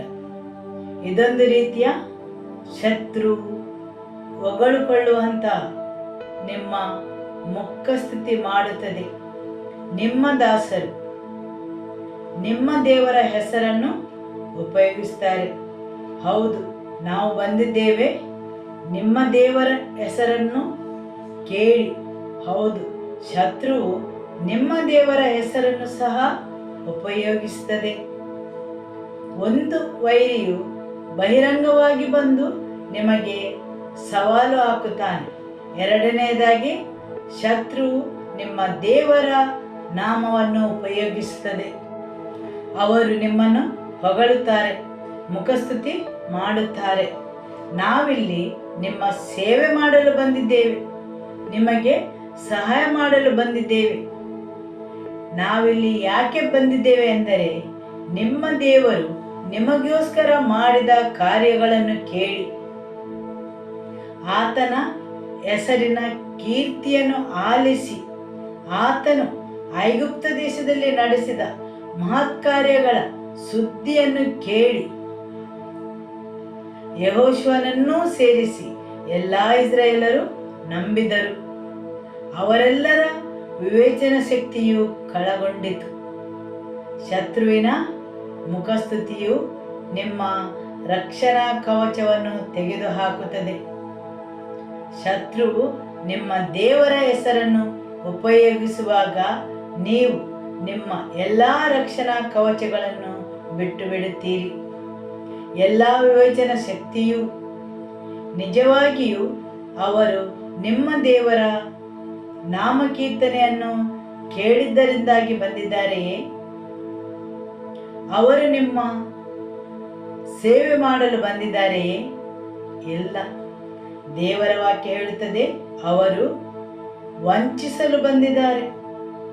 ಅವರು ಕಪಟರು. ಮೋಸಗೊಳಿಸುವುದೇ ಅವರ ಉದ್ದೇಶವಾಗಿದೆ. ಅವರು ಕಪಟತನದಿಂದ ಬಂದಿದ್ದಾರೆ. ಆದರೆ ಇಸ್ರೇಲಿನ ಜನರು ಅವರನ್ನು ಗುರುತಿಸುವಲ್ಲಿ ಸೋತರು. ಯಾಕೆಂದರೆ ಅವರು ಮೊದಲು ಮುಖಸ್ತುತಿ ಮಾಡಿದರು, ನಂತರ ದೇವರ ಹೆಸರನ್ನು ಉಪಯೋಗಿಸಿದರು, ದೇವರ ಪ್ರಸಿದ್ಧಿಯನ್ನು ಉಪಯೋಗಿಸಿದರು, ದೇವರು ಮಾಡಿದ ಮಹತ್ಕಾರ್ಯಗಳನ್ನು ಉಪಯೋಗಿಸಿದರು. ಪ್ರತಿಯೊಂದು ರಕ್ಷಣೆಯು ಕೆಳಗೆ ಬಿತ್ತು. ಅಂತಹ ಅನೇಕ ಜನರಿದ್ದಾರೆ. ನೀವು ಅವರನ್ನು ಎದುರಿಸಬೇಕಾಗಬಹುದು.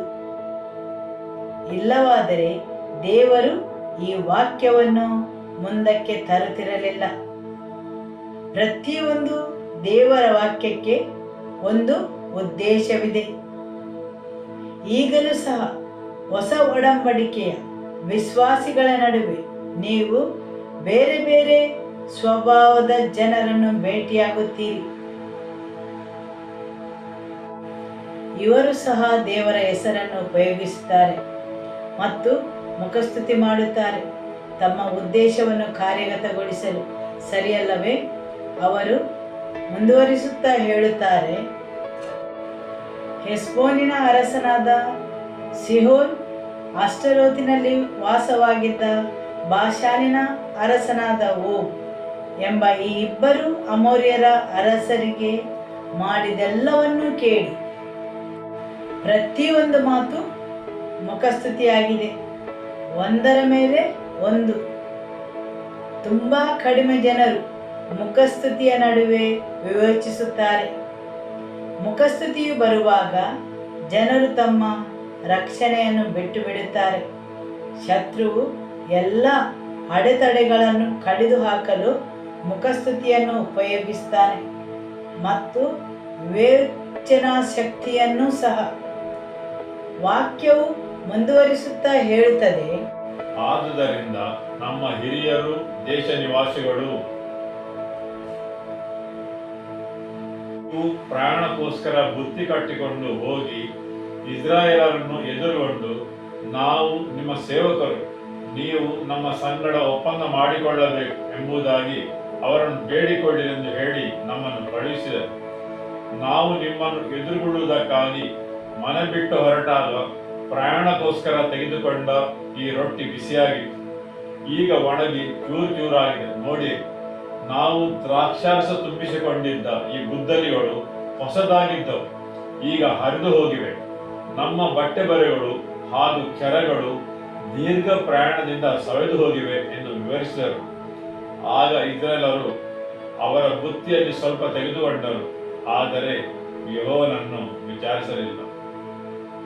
ಹೌದು, ಇಸ್ರಾಯೇಲಿನ ಜನರು ಪ್ರತಿಯೊಂದನ್ನು ಪರಿಶೀಲಿಸಿದರು. ತಮ್ಮ ಸಾಮಾನ್ಯ ಜ್ಞಾನವನ್ನು, ತಿಳುವಳಿಕೆಯನ್ನು ಉಪಯೋಗಿಸಿದರು. ಪ್ರತಿಯೊಂದನ್ನು ಪರೀಕ್ಷಿಸಿದರು. ಅವರ ರೊಟ್ಟಿಯನ್ನು ನೋಡಿದರು, ದ್ರಾಕ್ಷಾರಸದ ಬುದ್ದಲಿಯನ್ನು, ಅವರ ಪಾದರಕ್ಷೆಗಳನ್ನು, ಹರಿದ ಬಟ್ಟೆಗಳನ್ನು ಎಲ್ಲವನ್ನೂ ನೋಡಿದರು. ಮತ್ತು ಎಲ್ಲವೂ ಅವರು ಹೇಳಿದ ಹಾಗೆ ಸರಿಯಾಗಿಯೇ ಇತ್ತು. ತುಂಬ ಮನವರಿಕೆಯಾಗುವಂತೆ ಇತ್ತು. ಎಲ್ಲವನ್ನು ನೋಡುವಾಗ ಅವರಿಗೆ ಒಂದು ಚೂರು ಸಂಶಯ ಬರಲಿಲ್ಲ.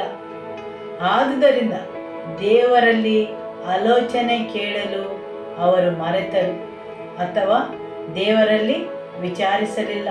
ಹೌದು, ಹಲವು ಸಲ ನಾವು ಎಷ್ಟು ಚೆನ್ನಾಗಿ ಮನಗಂಡುತ್ತೇವೆ ಅಂದರೆ ದೇವರಲ್ಲಿ ವಿಚಾರಿಸಲು ಅಥವಾ ಅವರಲ್ಲಿ ಬರುವಲ್ಲಿ ಸೋಲುತ್ತೇವೆ. ನಾವು ಭಾವಿಸುತ್ತೇವೆ, ರೊಟ್ಟಿಯನ್ನು ಪರೀಕ್ಷಿಸಿ ಅಥವಾ ರುಚಿಯನ್ನು ನೋಡಿ ಸರಿಯಾಗಿಯೇ ಇದೆ.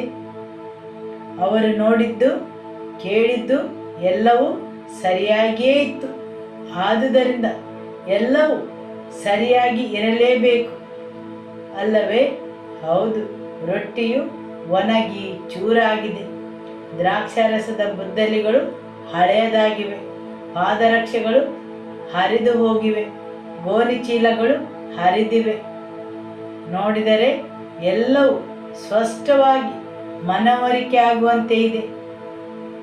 ನಿಮ್ಮ ದೃಷ್ಟಿಯಲ್ಲಿ ಎಲ್ಲವೂ ಸರಿಯಾಗಿ ನಿಮಗೆ ಮನವರಿಕೆ ಆಗುವಂತೆ ಇದ್ದರೆ ನೀವು ದೇವರಲ್ಲಿ ವಿಚಾರಿಸಲು ಹೋಗುವುದಿಲ್ಲ. ಯಾಕೆಂದರೆ ನೀವು ಮೊದಲೇ ಮನಗಂಡಿದ್ದೀರಿ, ಅಲ್ಲಿ ಯಾವುದೇ ಸಂಶಯ ಉಳಿಯಲಿಲ್ಲ. ಇಂಥ ಶತ್ರುಗಳು ಬಂದರೆ ಎಲ್ಲ ಥರದ ರಕ್ಷಣಾ ಕವಚಗಳನ್ನು ಕಳಚಿ ಬಿಡುತ್ತೇವೆ ಮತ್ತು ಎಲ್ಲವನ್ನು ನಿಮಗೆ ಮನವರಿಕೆ ಮಾಡುತ್ತವೆ. ದೇವರ ವಾಕ್ಯ ಹೇಳುತ್ತದೆ, ಯೆಹೋಶುವನು ಅವರೊಡನೆ ನಿಮ್ಮನ್ನು ಜೀವದಿಂದ ಉಳಿಸುವೆವೆಂದು ಸಮಾಧಾನದ ಒಡಂಬಡಿಕೆಯನ್ನು ಮಾಡಿಕೊಂಡನು. ಸಮೂಹ ಪ್ರಧಾನರು ಪ್ರಮಾಣ ಮಾಡಿದರು. ಒಡಂಬಡಿಕೆಯಾದ 3 ದಿನಗಳ ಮೇಲೆ ಅವರು ಹತ್ತಿರದವರು ತಮ್ಮ ಮಧ್ಯದಲ್ಲಿಯೇ ವಾಸಿಸುವರು ಆಗಿದ್ದಾರೆಂದು ಇಸ್ರಾಯೇಲರಿಗೆ ಗೊತ್ತಾಯಿತು. ಆಮೇನ್.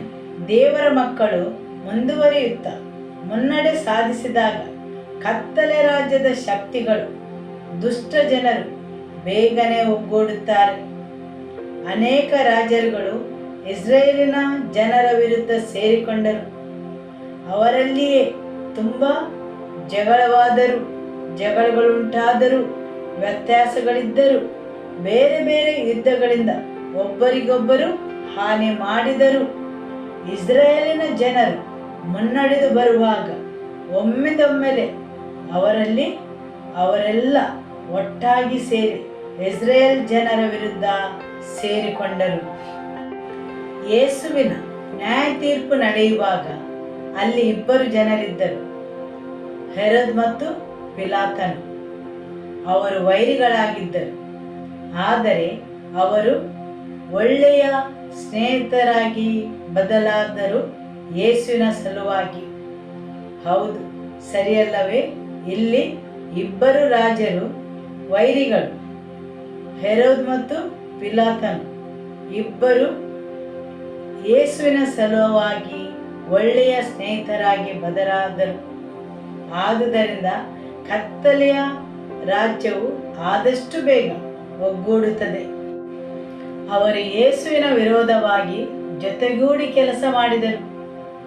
ಇಲ್ಲಿ ತುಂಬ ಸಂಗತಿಗಳು ತುಂಬ ಮನವರಿಕೆಯಾಗುವಂತೆ ಹಾಗೂ ಅನೇಕ ಸಂಗತಿಗಳು ನೋಡಲು ಸ್ಪಷ್ಟವಾಗಿ ಮನವರಿಕೆಯಾಗುವಂತಿದ್ದವು. ಆದರೆ ದೇವರ ಪ್ರಸನ್ನತೆಯನ್ನು ಹುಡುಕುವಲ್ಲಿ ವಿಫಲರಾದರು ಮತ್ತು ಅವರು ಮೋಸಕ್ಕೆ ಒಳಪಟ್ಟರು. ಆದುದರಿಂದ ದೇವರ ವಾಕ್ಯ ಹೇಳುತ್ತದೆ, ನಿಮ್ಮ ಕಣ್ಣಿನ ದೃಷ್ಟಿಯಿಂದ ನೋಡಿ ತೀರ್ಪನ್ನು ನೀಡಬೇಡಿರಿ, ನಿಮ್ಮ ಕಿವಿಯಿಂದ ಕೇಳಿ ಸಹ ತೀರ್ಪನ್ನು ನೀಡಬೇಡಿರಿ. ನಿಮ್ಮ ಕಣ್ಣಿನಿಂದ ನೋಡಿ ಕಿವಿಯಿಂದ ಕೇಳಿ ತೀರ್ಪು ನೀಡಿದರೆ ನೀವು ಬಹಳ ನಷ್ಟವನ್ನು ಅನುಭವಿಸಬೇಕಾಗುತ್ತದೆ. ನೀವು ಮೋಸಕ್ಕೆ ಒಳಗಾಗುತ್ತೀರಿ. ಆದುದರಿಂದ ದೇವರ ರಾಜ್ಯದಲ್ಲಿ ನೀವು ಮುಂದುವರಿದು ಹೋಗುವಾಗ ಬೇರೆ ಬೇರೆ ರೀತಿಯ ಸವಾಲುಗಳನ್ನು, ಬೇರೆ ಬೇರೆ ರೀತಿಯ ಶತ್ರುಗಳನ್ನು ನೋಡುತ್ತೀರಿ. ನೀವು ಎದುರಿಸುವ ಬೇರೆ ಬೇರೆ ರೀತಿಯ ಶತ್ರುಗಳು ನಿಮಗೆ ಮನವರಿಕೆ ಮಾಡುತ್ತವೆ, ನೀವು ದೇವರ ರಾಜ್ಯದಲ್ಲಿ ಮುನ್ನಡೆಯನ್ನು ಸಾಧಿಸಿದ್ದೀರೆಂದು. ಆಮೇನ್. ಕೀರ್ತನೆ 21:8. ಶತ್ರುಗಳೆಲ್ಲರೂ ನಿನಗೆ ಸಿಕ್ಕುವರು, ಭುಜಬಲದಿಂದ ನಿನ್ನ ಹಗೆಗಳನ್ನು ಹಿಡಿಯುವಿ. ಬೇರೆ ಕೆಲವು ಆವೃತ್ತಿಗಳು ಹೇಳುತ್ತವೆ, ನಿಮ್ಮ ಶತ್ರುವು ನಿಮ್ಮ ವಿರೋಧ ಮೇಲುಗೈ ಸಾಧಿಸುವುದಿಲ್ಲ. ನಿಮ್ಮ ಯಾವುದೇ ಶತ್ರುವು ನಿಮ್ಮ ವಿರೋಧ ಜಯಶಾಲಿ ಆಗುವುದಿಲ್ಲ. ದೇವರು ನಿಮ್ಮನ್ನು ಮುನ್ನಡೆಸುವಾಗ ಶತ್ರುವು ನಿಮ್ಮ ವಿರೋಧ ಜಯಶಾಲಿ ಆಗುವುದಿಲ್ಲ. ಆಮೆನ್. ಧರ್ಮೋಪದೇಶ ಕಾಂಡ ಅಧ್ಯಾಯ 23 ವಾಕ್ಯ 14. ನಿಮ್ಮ ದೇವರಾದ ಯೆಹೋವನು ನಿಮ್ಮನ್ನು ಕಾಪಾಡುವುದಕ್ಕೂ ಶತ್ರುಗಳನ್ನು ನಿಮ್ಮ ಕೈವಶ ಮಾಡುವುದಕ್ಕೂ ನಿಮ್ಮ ಪಾಳೆಯದೊಳಗೆ ಸಂಚಾರ ಮಾಡುತ್ತಾನಲ್ಲ. ಆದುದರಿಂದ ಪಾಳೆಯವು ನಿರ್ಮಲವಾಗಿರಬೇಕು. ನಿಮ್ಮಲ್ಲಿ ಅಶುದ್ಧವೇನಾದರೂ ಕಂಡು ಬಂದರೆ ಆತನು ನಿಮ್ಮನ್ನು ಬಿಟ್ಟು ಹೋದನು. ನಿಮ್ಮ ದೇವರಾದ ಯೆಹೋವನು ನಿಮ್ಮ ಪಾಳೆಯದೊಳಗೆ ಸಂಚಾರ ಮಾಡುತ್ತಾನೆ, ಸರಿಯಲ್ಲವೇ? ಅವರ ಉಪಸ್ಥಿತಿಯು ನಿಮ್ಮ ಪಾಳೆಯದೊಳಗೆ ಯಾಕೆ ಬರುತ್ತದೆ? ನಿಮ್ಮನ್ನು ಬಿಡುಗಡೆಗೊಳಿಸಲು, ನಿಮ್ಮ ವೈರಿಗಳನ್ನು ನಿಮ್ಮ ಕೈಗೆ ನೀಡಲು. ಆದುದರಿಂದ ದೇವರ ಉಪಸ್ಥಿತಿಯು ನಿಮ್ಮ ಪಾಳೆಯದಲ್ಲಿ ನಿಮ್ಮನ್ನು ಬಿಡುಗಡೆಗೊಳಿಸಲು ಮತ್ತು ನಿಮ್ಮ ವೈರಿಗಳನ್ನು ನಿಮ್ಮ ವಶ ಮಾಡಲು. ಆದರೆ ದೇವರ ವಾಕ್ಯ ಮುಂದುವರಿಸಿ ಹೇಳುತ್ತದೆ, ಆದುದರಿಂದ ಪಾಳೆಯವು ನಿರ್ಮಲವಾಗಿರಬೇಕು. ನಿಮ್ಮಲ್ಲಿ ಅಶುಚಿ ಏನಾದರೂ ಕಂಡು ಬಂದರೆ ಆತನು ನಿಮ್ಮನ್ನು ಬಿಟ್ಟು ಹೋದನು. ದೇವರ ಉಪಸ್ಥಿತಿಯು ಅಶುದ್ಧವಾದ ಪಾಳೆಯದಲ್ಲಿ ಇರುವುದಿಲ್ಲ, ಅಥವಾ ದೇವರ ಉಪಸ್ಥಿತಿಯನ್ನು ಚದುರಿಸುವಲ್ಲಿ, ದೇವರ ವಾಕ್ಯವನ್ನು ನಿರ್ಲಕ್ಷಿಸುವಲ್ಲಿ ಇರುವುದಿಲ್ಲ. ಎಲ್ಲಿ ದೇವರ ಉಪಸ್ಥಿತಿಯು ಇರುವ ಪಾಳೆಯವು ಪರಿಶುದ್ಧವಾಗಿದೆ, ಸರಿಯಲ್ಲವೇ? ದೇವರ ಉಪಸ್ಥಿತಿಯು ನಿಮ್ಮನ್ನು ಬಿಡುಗಡೆಗೊಳಿಸುತ್ತದೆ ಮತ್ತು ದೇವರ ಉಪಸ್ಥಿತಿಯು ನಿಮ್ಮ ವೈರಿಗಳನ್ನು ನಿಮ್ಮ ವಶಕ್ಕೆ ಒಪ್ಪಿಸುತ್ತದೆ. ಆದುದರಿಂದ ಶತ್ರುವು ಏನು ಮಾಡುತ್ತದೆ? ನೀವು ದೇವರ ವಾಕ್ಯವನ್ನು ಮುರಿಯುವಂತೆ ಮಾಡುತ್ತದೆ.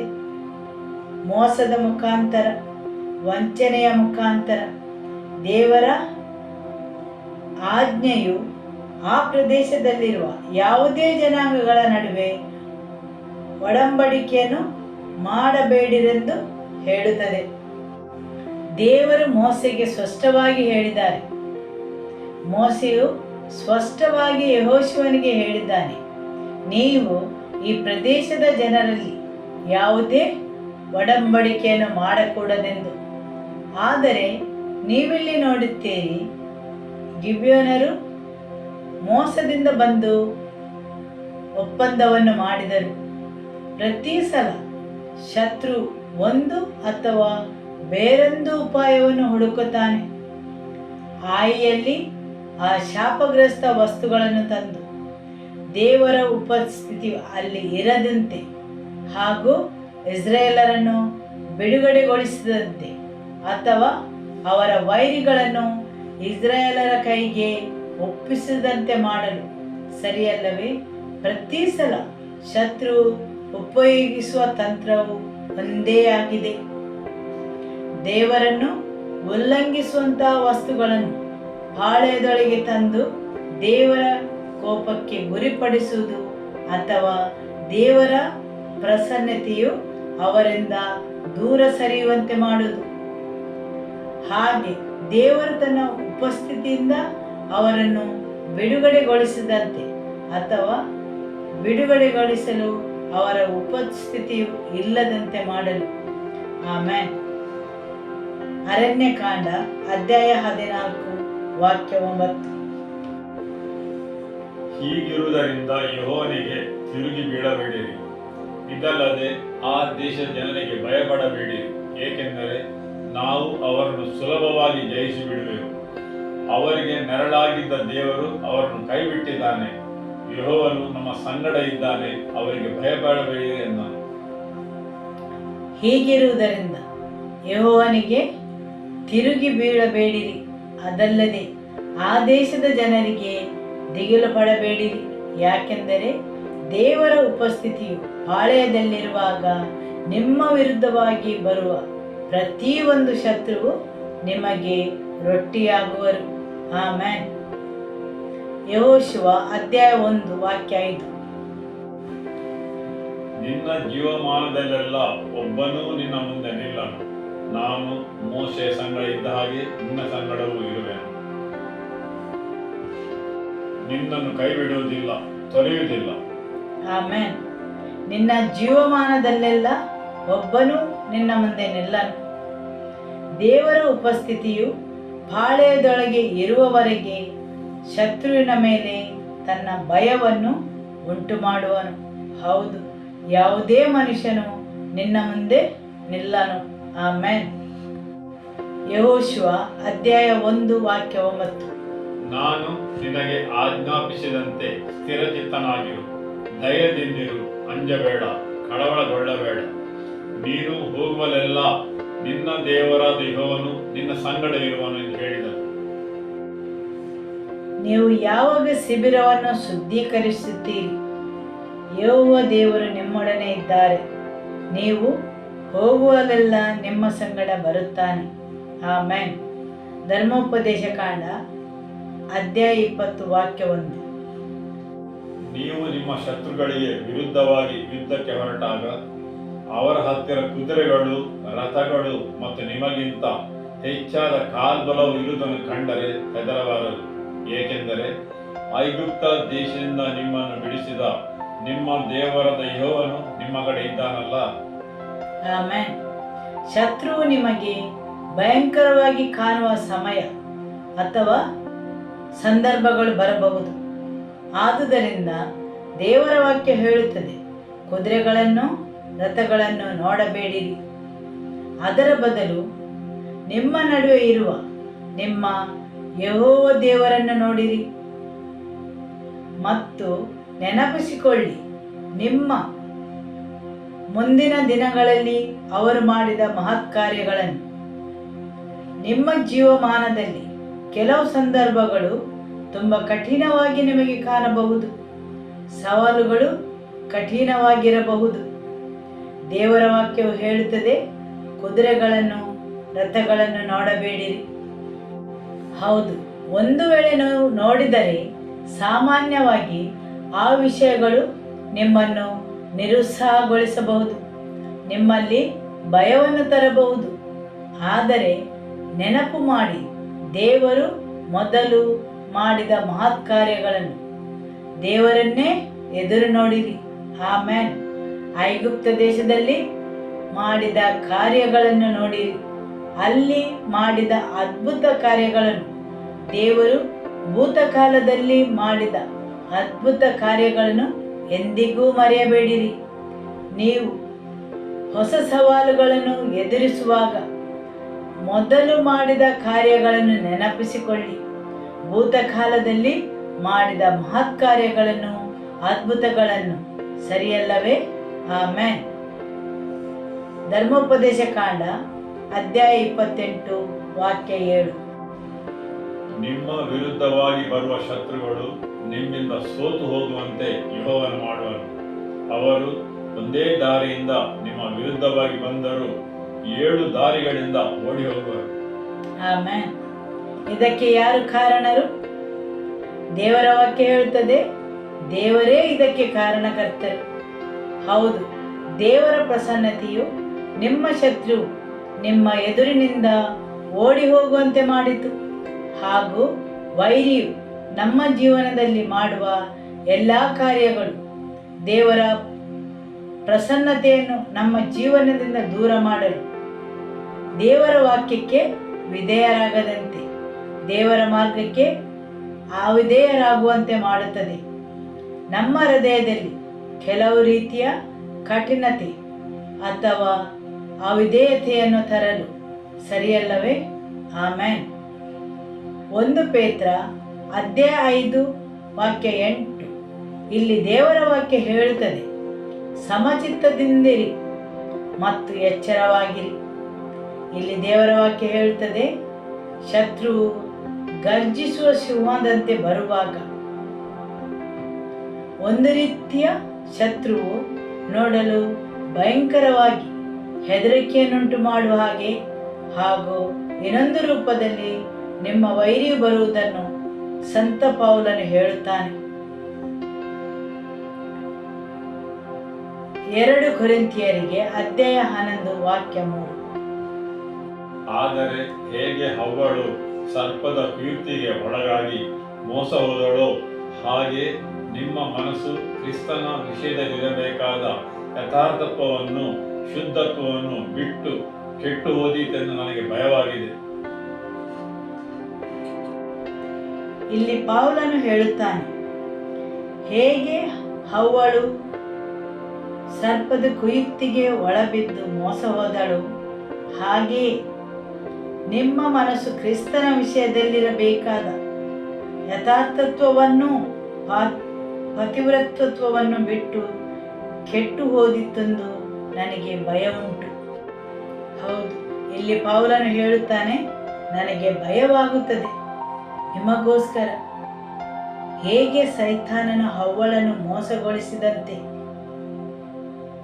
ನಿಮ್ಮ ಮನಸ್ಸು ಕ್ರಿಸ್ತನ ವಿಷಯದಲ್ಲಿರಬೇಕಾದ ಯಥಾರ್ಥತ್ವವನ್ನು ಕೆಡಿಸುವುದೆಂದು ಪೌಲನು ಹೇಳುತ್ತಾನೆ.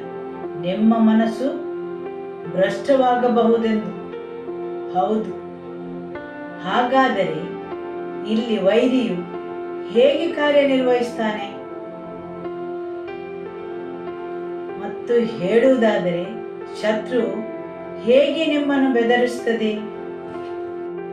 1 ಪೇತ್ರ ಅಧ್ಯಾಯ 5 ವಾಕ್ಯ 8ರಲ್ಲಿ ಹೇಳುತ್ತಾರೆ, ಸಮಚಿತ್ತರಾಗಿರಿ, ಎಚ್ಚರದಿಂದಿರಿ, ಜಾಗರೂಕರಾಗಿರಿ, ಎಚ್ಚರವುಳ್ಳವರಾಗಿರಿ, ನಿಮ್ಮ ರಕ್ಷಣೆಯನ್ನು ಕೆಳಗೆ ಇಡಬೇಡಿರಿ. ಇಲ್ಲಿ ಬರೆದಿರುವವರಿಗೆ ಸ್ಪಷ್ಟವಾಗಿ ತಿಳಿದಿದೆ ಅವರು ಏನನ್ನು ಬರೆಯುತ್ತಾರೆಂದು. ಯಾಕೆಂದರೆ ಯೇಸು ಅವರಿಗೆ 1 ಗಂಟೆ ಎಚ್ಚರದಿಂದಿರಲು ಹೇಳಿದರು, ಆದರೆ ಅವರು ನಿದ್ರಾಮಗ್ನರಾಗಿದ್ದರು. ಸರಿಯಲ್ಲವೇ? ಯೇಸು ಪೇತ್ರನಿಗೆ ಹೇಳುತ್ತಾರೆ, 1 ಗಂಟೆ ಎಚ್ಚರದಿಂದಿರು, ಆದರೆ ಅವನು ಮಲಗಿಕೊಂಡಿದ್ದ. ಮತ್ತೊಮ್ಮೆ ಯೇಸು ಬಂದು ಎಚ್ಚರಿಸಿ ಹೇಳುತ್ತಾರೆ, ಎಚ್ಚರವಾಗಿರಿ, ಜಾಗರೂಕರಾಗಿರಿ. ಪೇತ್ರನು ಪುನಃ ಮಲಗಿದ. ಆದುದರಿಂದ ಅವನು ಸ್ಪಷ್ಟವಾಗಿ ತಿಳಿದಿದ್ದ, ಯಾವಾಗ ನಾನು ಜಾಗರೂಕನಾಗಿರಬೇಕಿತ್ತು, ಯಾವಾಗ ಎಚ್ಚರದಿಂದಿರಬೇಕು, ಆವಾಗ ಇರದೆ ನಾನು ಯೇಸುವನ್ನು ನಿರಾಕರಿಸಿದೆನೆಂದು. ಅವನು ಅವನದೇ ಅನುಭವದ ಬಗ್ಗೆ ಮಾತಾಡುತ್ತಾನೆ. ಯಾವಾಗ ನಾನು ನನ್ನ ಎಚ್ಚರವನ್ನು ತಪ್ಪಿದ್ದೆನೋ ಆ ಸಮಯದಲ್ಲಿ ಇಂಥ ಪರಿಸ್ಥಿತಿಯನ್ನು ಎದುರಿಸಬೇಕಾಯಿತು. ಆದುದರಿಂದ ಜಾಗರೂಕರಾಗಿರಿ, ಎಚ್ಚರದಿಂದಿರಿ. ಆದರೆ ಪೌಲನು ಇಲ್ಲಿ ಇನ್ನೊಂದು ವೈರಿಯ ಬಗ್ಗೆ ಹೇಳುತ್ತಾನೆ. ಹೇಗೆ ಸೈತಾನನು ಹವ್ವಳನ್ನು ಮೋಸ ಮಾಡಿದನು, ಅದೊಂದು ಸೂಕ್ಷ್ಮ ರೀತಿಯಲ್ಲಿ. ಹವ್ವಳು ಖಂಡಿತವಾಗಿಯೂ ಯೋಚಿಸಿರಲಿಕ್ಕಿಲ್ಲ ಅದೊಂದು ಜಾರುವ ಸರ್ಪವು ಒಂದು ಅಪಾಯಕಾರಿ ಪ್ರಾಣಿಯು ಆಗಬಹುದೆಂದು.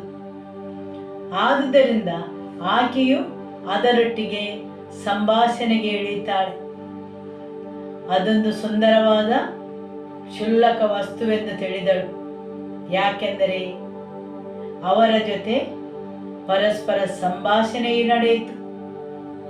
ಅದೊಂದು ಕುತಂತ್ರದ ವಿಷಯ. ಅದೊಂದು ಶತ್ರು ಹಾಗೆ ಕಾಣಲಿಲ್ಲ.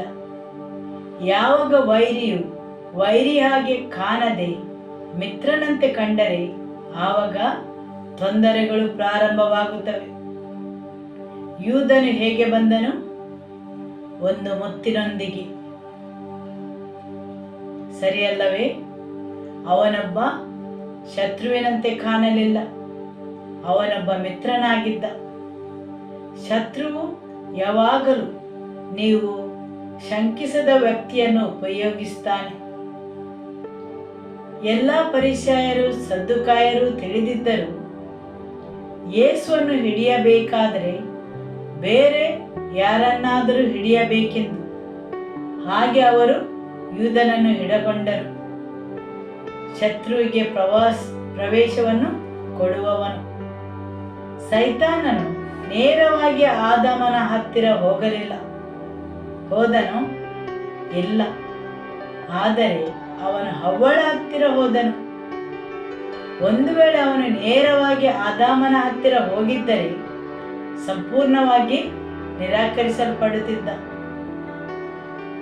ಆದರೆ ಆದಾಮನು ಯಾರನ್ನು ಒಂದು ಶತ್ರುವೊಂದು ಶಂಕಿಸದ ವ್ಯಕ್ತಿಯ ಹತ್ತಿರ ಹೋದನು. ಯಾಕೆಂದರೆ ಆಕೆಯು ಏನನ್ನಾದರೂ ತಂದರೆ ಅವನು ನಿರಾಕರಿಸುವುದಿಲ್ಲ. ಯಾಕೆಂದರೆ ಅಲ್ಲಿ ರಕ್ಷಾ ಕವಚವು ಇಲ್ಲ. ಯಾರು ನಮ್ಮ ಜೊತೆ ಮಿತ್ರತ್ವದಿಂದ ಇದ್ದವರು, ನಿಮ್ಮ ಜೊತೆ ಇದ್ದವರು ನಿಮ್ಮ ವಿರೋಧವಾಗಿ ಅಂತಹ ಕಾರ್ಯವನ್ನು ಮಾಡಬಹುದೆಂದು ಯೋಚಿಸುವುದಿಲ್ಲ. ಆದಾಮನು ಭಾವಿಸಲಿಲ್ಲ ಹವ್ವಳು ದೇವರಿಗೆ ಅವಿಧೇಯವಾಗುವುದನ್ನು, ತಿರುಗಿ ಬಿಡುವುದನ್ನು ಏನಾದರೂ ಕೊಡಬಹುದೆಂದು. ಮತ್ತು ಅವನ ಎಲ್ಲ ರಕ್ಷಾ ಕವಚಗಳು ಕೆಳಗಿದ್ದವು. ಶತ್ರುವು ಅವನಿಗೆ ಹತ್ತಿರವಾಗಿದ್ದವರನ್ನು ಉಪಯೋಗಿಸಿದ. ಯಾರೊಬ್ಬರೂ ಹೇಳಿದ್ದಾರೆ, ಆದಾಮನು ಮೋಸ ಹೋಗಿ ಬೀಳಲಿಲ್ಲ, ಆದರೆ ಅವನ ಪ್ರೀತಿಗೋಸ್ಕರ ಬಿದ್ದನು. ಸರಿಯಲ್ಲವೇ? ಅವನು ತನ್ನ ಎಲ್ಲ ರಕ್ಷಾ ಕವಚಗಳನ್ನು ಬಿಟ್ಟಿದ್ದನು, ಯಾಕೆಂದರೆ ಹವ್ವಳು ಅದನ್ನು ತಂದಿದ್ದಳು. ಹೌದು, ವೈರಿಯು ನಿಮಗೆ ಹತ್ತಿರವಾದವರನ್ನೇ ಉಪಯೋಗಿಸುತ್ತಾನೆ. ಗಿಬ್ಯೋನಿನ ಜನರು ಮಿತ್ರರಂತೆ ಬಂದರು. ಅವರು ಹೇಳಿದರು, ನಾವು ಬಹು ದೂರದ ದೇಶದಿಂದ ಬಂದಿದ್ದೇವೆಂದು. ಆದುದರಿಂದ ವಂಚಿಸುವುದನ್ನು ಮತ್ತು ಕಪಟತನವನ್ನು ಯಾರು ಮಾಡುತ್ತಾರೋ ಅವರದನ್ನು ಉದ್ದೇಶಪೂರ್ವಕವಾಗಿ ಮಾಡುತ್ತಾರೆ. ಅವರಿಗೆ ಸ್ಪಷ್ಟವಾಗಿ ತಿಳಿದಿರುತ್ತದೆ ಅವರು ಏನು ಮಾಡುತ್ತಾರೆಂದು. ಆದುದರಿಂದ ಅದಕ್ಕೆ ವಂಚನೆ ಎಂದು ಹೇಳುತ್ತಾರೆ. ವಂಚಕನಿಗೆ ಸಂಪೂರ್ಣ ಸತ್ಯವು ತಿಳಿದಿರುತ್ತದೆ, ನಂತರ ಮಾತ್ರ ಅವನು ವಂಚಕನಾಗುತ್ತಾನೆ. ವಂಚನೆ ಎಂದರೆ ಒಬ್ಬನನ್ನು ಉದ್ದೇಶಪೂರ್ವಕವಾಗಿ ಒಂದು ವಿಷಯವನ್ನು ನಂಬುವಂತೆ ಮಾಡುವುದು, ಯಾಕೆಂದರೆ ಅವನಿಂದ ವೈಯಕ್ತಿಕ ಲಾಭ ಪಡೆಯಲು ಅಥವಾ ಅವನ ಅನುಕೂಲಕ್ಕೆ. ಉದ್ದೇಶಪೂರ್ವಕವಾಗಿ ಒಂದು ವಿಷಯವನ್ನು ನಂಬುವಂತೆ ಮಾಡುವುದು, ಅದರಿಂದ ಲಾಭ ಪಡೆಯಲು. ಸೈತಾನನು ಹಾಗೆಯೇ ಮಾಡಿದ. ಅವನು ಸ್ಪಷ್ಟವಾಗಿ ತಿಳಿದಿದ್ದ ಅವನು ಏನು ಮಾಡುತ್ತಾನೆಂದು. ಅವನ ಹವ್ವಳನ್ನು ಸಂಧಿಸುವಾಗ ಯಾರಾದರೂ ಒಂದು ಮಿತ್ರನಂತೆ ಸಾಮೀಪ್ಯಕ್ಕೆ ಬರುವಾಗ ಆದಾಮನು ಸಹ ತನ್ನ ರಕ್ಷಣಾ ಕವಚವನ್ನು ಬಿಟ್ಟಿದ್ದ. ಒಳ್ಳೆಯ ಫಲ, ಸುಂದರವಾದ ಫಲ, ಸರಿಯಲ್ಲವೇ? ಹೌದು. ಅಂತಹ ಸಮಯಗಳಲ್ಲಿ ನಾವು ನಮ್ಮ ಕಾವಲು ಕಾಯುವಿಕೆಯನ್ನು ಬಿಟ್ಟು ಬಿಡುತ್ತೇವೆ. ಆಮೆನ್. ಎಫ್.ಬಿ. ಮೇಯರ್ ಎಂಬ ಒಬ್ಬ ವ್ಯಕ್ತಿಯು, ಅವನು ಡಿ.ಎಲ್. ಮೋಡಿಯ ಸಮಯದಲ್ಲಿದ್ದವನು, ಏನು ಹೇಳುತ್ತಾನೆಂದರೆ, ದೇವರ ಮಕ್ಕಳಿಗೆ ಈ ರೀತಿ ವಿಧಿಸಲಾಗಿದೆ. ಒಂದು ಯುವತಿಯು ಒಬ್ಬ ಪರಿವರ್ತನೆ ಹೊಂದದ ಯುವಕನನ್ನು ಮದುವೆಯಾಗಲು ಅವನ ಪರಿವರ್ತನೆ ಆಗಿದೆ ಎಂದು ಊಹಿಸಲು ದೇವರ ಸಭಾಪಾಲಕರು ಕುರಿಯ ಉಡುಪಿನಲ್ಲಿರುವ ವಂಚಿಸುವ ತೋಳಗಳನ್ನು ತಮ್ಮ ನಡುವೆ ಒಪ್ಪಿಕೊಳ್ಳಲು, ಪರಿವರ್ತನೆ ಹೊಂದಿದ ಯುವ ಜನಾಂಗಗಳು ಯಥಾರ್ಥತೆ ಮತ್ತು ಅವರ ಶುದ್ಧವಾದ ವಿಶ್ವಾಸವನ್ನು ಸುಳ್ಳಿನ ಆತ್ಮ ನೋಡಲು ದೇವದೂತರಂತೆ ಇರುವವರು ಭ್ರಷ್ಟಗೊಳಿಸುತ್ತಾರೆ. ಈ ಎಫ್.ಬಿ. ಮೇಯರ್ ಆಗಿನ ಕಾಲದ ಸ್ವತಂತ್ರ ಸಭೆಗಳ ಆರ್ಚ್ ಬಿಷಪ್ ಆಗಿದ್ದರು. ಡಿ.ಎಲ್. ಮೋಡಿಯ ಸಮಯದಲ್ಲಿ ಇದೊಂದು ಅವರ ವ್ಯಾಖ್ಯಾನವಾಗಿದೆ. ಈ ಸಮಯದಲ್ಲೂ ದೇವರ ಮಕ್ಕಳಿಗೆ ವಿಧಿಸಲಾಗಿದೆ, ಅಂದರೆ ಬಲವಂತವಾಗಿ ನಂಬಲು ಅಥವಾ ವಂಚಿಸಲು. ಒಂದು ಯುವತಿಯು ಮದುವೆಯಾಗಲು ಅವರು ಮೊದಲೇ ಪರಿವರ್ತನೆ ಹೊಂದಿದ್ದಾರೆಂದು ನಂಬಲು. ವಾಸ್ತವವಾಗಿ ಅವರು ಪರಿವರ್ತನೆ ಆಗಲಿಲ್ಲ. ಸಭಾಪಾಲಕರು ಸರಿಯಾದ ವಿವೇಚನೆ ಇಲ್ಲದೆ ಕುರಿಯ ಉಡುಪಿನಲ್ಲಿದ್ದ ತೋಳಗಳನ್ನು ಒಪ್ಪಿಕೊಳ್ಳುತ್ತಾರೆ. ಹೊಸತಾಗಿ ಪರಿವರ್ತನೆ ಹೊಂದಿದವರು ವಂಚನೆಗೆ ಒಳಗಾಗುತ್ತಾರೆ.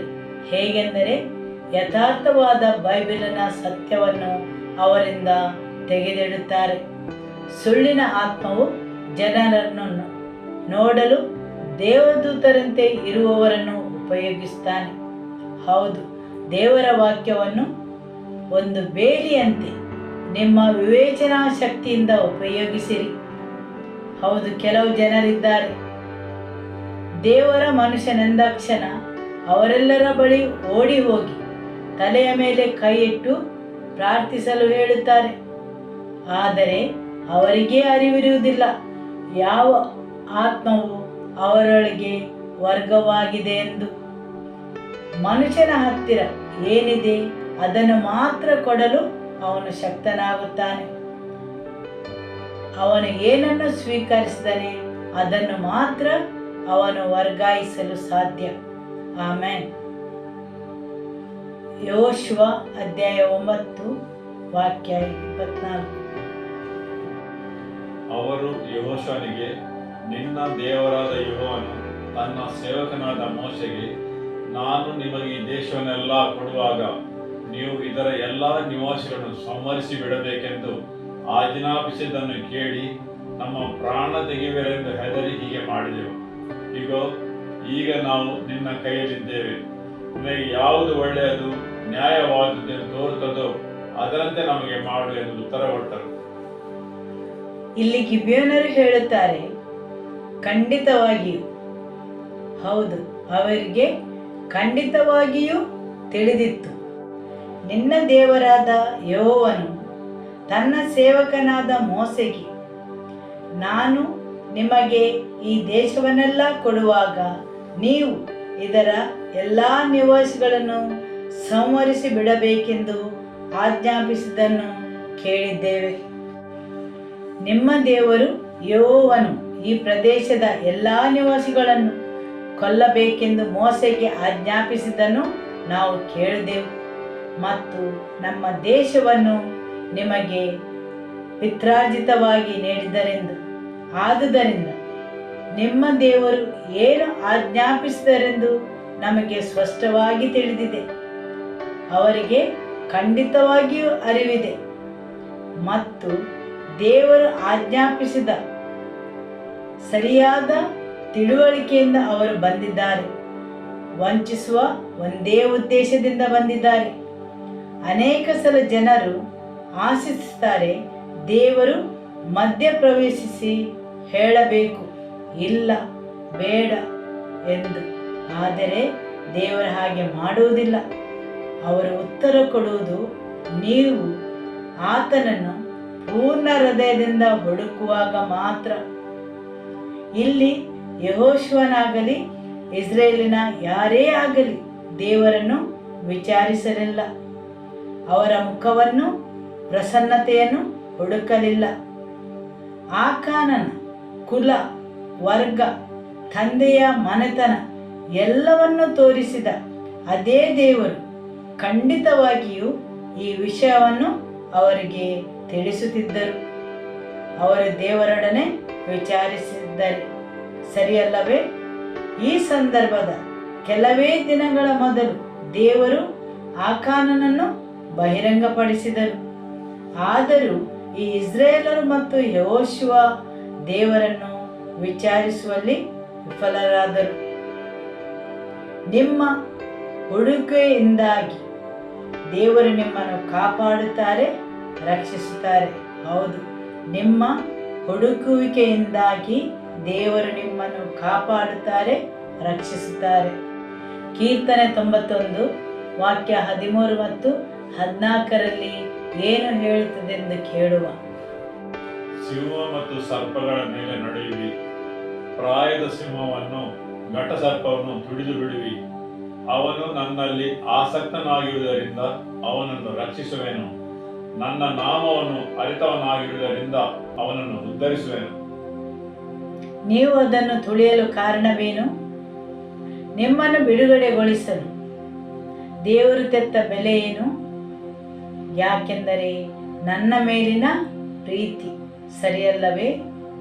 ಅವರು ತನ್ನ ಪ್ರೀತಿಯನ್ನು ನನ್ನ ಮೇಲೆ ಇಟ್ಟಿದ್ದರಿಂದ ನಾನು ಅವರನ್ನು ಬಿಡುಗಡೆಗೊಳಿಸುತ್ತೇನೆ.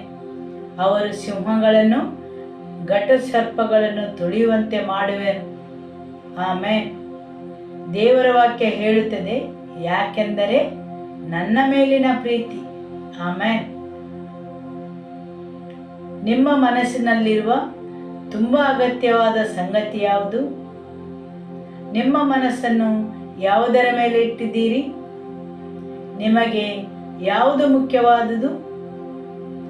ಇವತ್ತು ನಾವು ಹಾಡಿದ ಹಾಡಿನ ಹಾಗೆ ಎಲ್ಲಕ್ಕಿಂತ ಮುಖ್ಯವಾದದ್ದು ನೀನೇ ಯೇಸುವೆ. ಯೇಸು ಮಾತ್ರ ಮುಖ್ಯನಾದವನು. ನಿಮ್ಮ ಪ್ರೀತಿಯನ್ನು ಅವರ ಮೇಲೆ ಮಾತ್ರ ಇಡಿರಿ. ಅವರು ನಿಮ್ಮನ್ನು ಬಿಡುಗಡೆಗೊಳಿಸುತ್ತಾರೆ. ಆಮೇನ್. ದೇವರ ವಾಕ್ಯವು ಹೇಳುತ್ತದೆ, ಅನೇಕ ವಿಷಯಗಳು ತುಂಬ ಭಯಾನಕವಾಗಿವೆ. ಅದೊಂದು ಗರ್ಜಿಸುವ ಸಿಂಹವಾಗಿರಬಹುದು, ಘಟಸರ್ಪವಾಗಿರಬಹುದು. 2 ರೂಪದಲ್ಲಿ ವೈರಿಯು ಬರುತ್ತಾನೆ. ಒಂದು, ಸಿಂಹವು ಗರ್ಜಿಸುತ್ತದೆ ಮತ್ತು ಮನುಷ್ಯನನ್ನು ದುರ್ಬಲಗೊಳಿಸುತ್ತದೆ. ಗರ್ಜನೆಯ ಶಬ್ದವು ಮನುಷ್ಯನನ್ನು ದುರ್ಬಲಗೊಳಿಸುತ್ತದೆ, ಅದರ ಬೇಟೆಯನ್ನು ದುರ್ಬಲಗೊಳಿಸುವುದು. ಮತ್ತು ಸರ್ಪವು ನೆಲದಲ್ಲಿ ಹರಿಯುತ್ತಾ ಬರುತ್ತದೆ. ನೀವು ಅದರ ಉಪಸ್ಥಿತಿಯನ್ನು ತಿಳಿದಿರುವುದಿಲ್ಲ, ಸರಿಯಲ್ಲವೇ? ಹೇಗೆ ಸರ್ಪವು ಹವ್ವಳನ್ನು ವಂಚಿಸಿತು. ತೋಟದಲ್ಲಿ ಸರ್ಪವು ಒಂದು ಶತ್ರುವಾಗಿ, ಒಂದು ಬೆದರಿಕೆಯಾಗಿರಲಿಲ್ಲ. ಅದು ಮೆಲ್ಲನೆ ಹರಿದು ಬಂತು. ಹವ್ವಳು ಅದರ ಜೊತೆ ಸಂಭಾಷಿಸಿದಳು. ಆ ಸಂಭಾಷಣೆಯಲ್ಲಿ ಸಿಲುಕಿಕೊಂಡಳು. ದೇವರ ವಾಕ್ಯವು ಅಗತ್ಯ ವಿಷಯಗಳನ್ನು ಮಾತ್ರ ನೀಡುತ್ತದೆ, ಸಂಪೂರ್ಣ ವಿವರಣೆಯನ್ನು ಕೊಡುವುದಿಲ್ಲ. ನಮಗೆ ಗೊತ್ತಿಲ್ಲ ಎಷ್ಟೊತ್ತು ಅವರ ಮಾತುಕತೆ ನಡೆಯಿತೆಂದು. ತುಂಬ ಸಲ ನಮಗೆ ತಿಳಿದಿರುವುದಿಲ್ಲ ನಮ್ಮ ಮನಸ್ಸು ಎಷ್ಟು ಹೊತ್ತು ಸಂಭಾಷಣೆಯಲ್ಲಿ ತೊಡಗಿರುತ್ತದೆಂದು. ಬೇರೆ ಬೇರೆ ರೀತಿಯ ಸಂಭಾಷಣೆಗಳನ್ನು ನಾವು ಆನಂದಿಸುತ್ತೇವೆ. ಅನೇಕ ಸಲ ಈ ಮಾತುಕತೆಯು ದೇವರ ವಾಕ್ಯಕ್ಕೆ ವಿರೋಧವಾಗಿರುತ್ತದೆ. ಅನೇಕ ಸಲ ನಾವು ಅದನ್ನು ಗುರುತಿಸಿಕೊಳ್ಳುತ್ತೇವೆ. ಆ ಮಾತಿನಿಂದ ದೇವರಿಗೆ ಏನೂ ಸಂಬಂಧವಿಲ್ಲ. ಇದು ಬೇಲಿಯನ್ನು ದಾಟಿ ಹೋಗಿದೆ. ಇದು ನಿಜವಾದ ಸತ್ಯವಲ್ಲ, ಇದು ಅರ್ಧ ಸತ್ಯ. ಹೌದು, ಶತ್ರುವು ಯಾವಾಗಲೂ ಅರ್ಧ ಸತ್ಯದೊಂದಿಗೆ ಬರುತ್ತಾನೆ. ಅದರಲ್ಲಿ ಸಂಪೂರ್ಣತೆ ಇರುವುದಿಲ್ಲ. ವಂಚನೆಯು ಯಾವಾಗಲೂ ಅರ್ಧ ಸತ್ಯವನ್ನು ಬಹಿರಂಗಪಡಿಸುತ್ತದೆ. ಅದರಲ್ಲಿ ಏನೂ ಸತ್ಯಾಂಶವಿಲ್ಲದಿದ್ದರೆ ನೀವು ಅದಕ್ಕೆ ಸೋಲುವುದಿಲ್ಲ. ಆದುದರಿಂದ ಅದರಲ್ಲಿ ಇರುವುದು ಅರ್ಧ ಸತ್ಯ. ಅಲ್ಲಿಂದ ಮತ್ತು ಇಲ್ಲಿಂದ ಕೆಲವು ದೇವರ ವಾಕ್ಯಗಳನ್ನು ತೆಗೆದು ವಿವರಿಸುತ್ತಾರೆ. ಬೈಬಲಿನ ಸಂಪೂರ್ಣತೆಯಲ್ಲ. ದೇವರ ವಾಕ್ಯ ಹೇಳುತ್ತದೆ, ಸಾಲಿನ ಮೇಲೆ ಸಾಲು, ಗ್ರಹಿಕೆಯ ಮೇಲೆ ಗ್ರಹಿಕೆ, ಪ್ರತಿಯೊಂದು ದೇವರ ವಾಕ್ಯಕ್ಕೆ ಜೊತೆ ಇದೆ, ಸರಿಯಲ್ಲವೇ?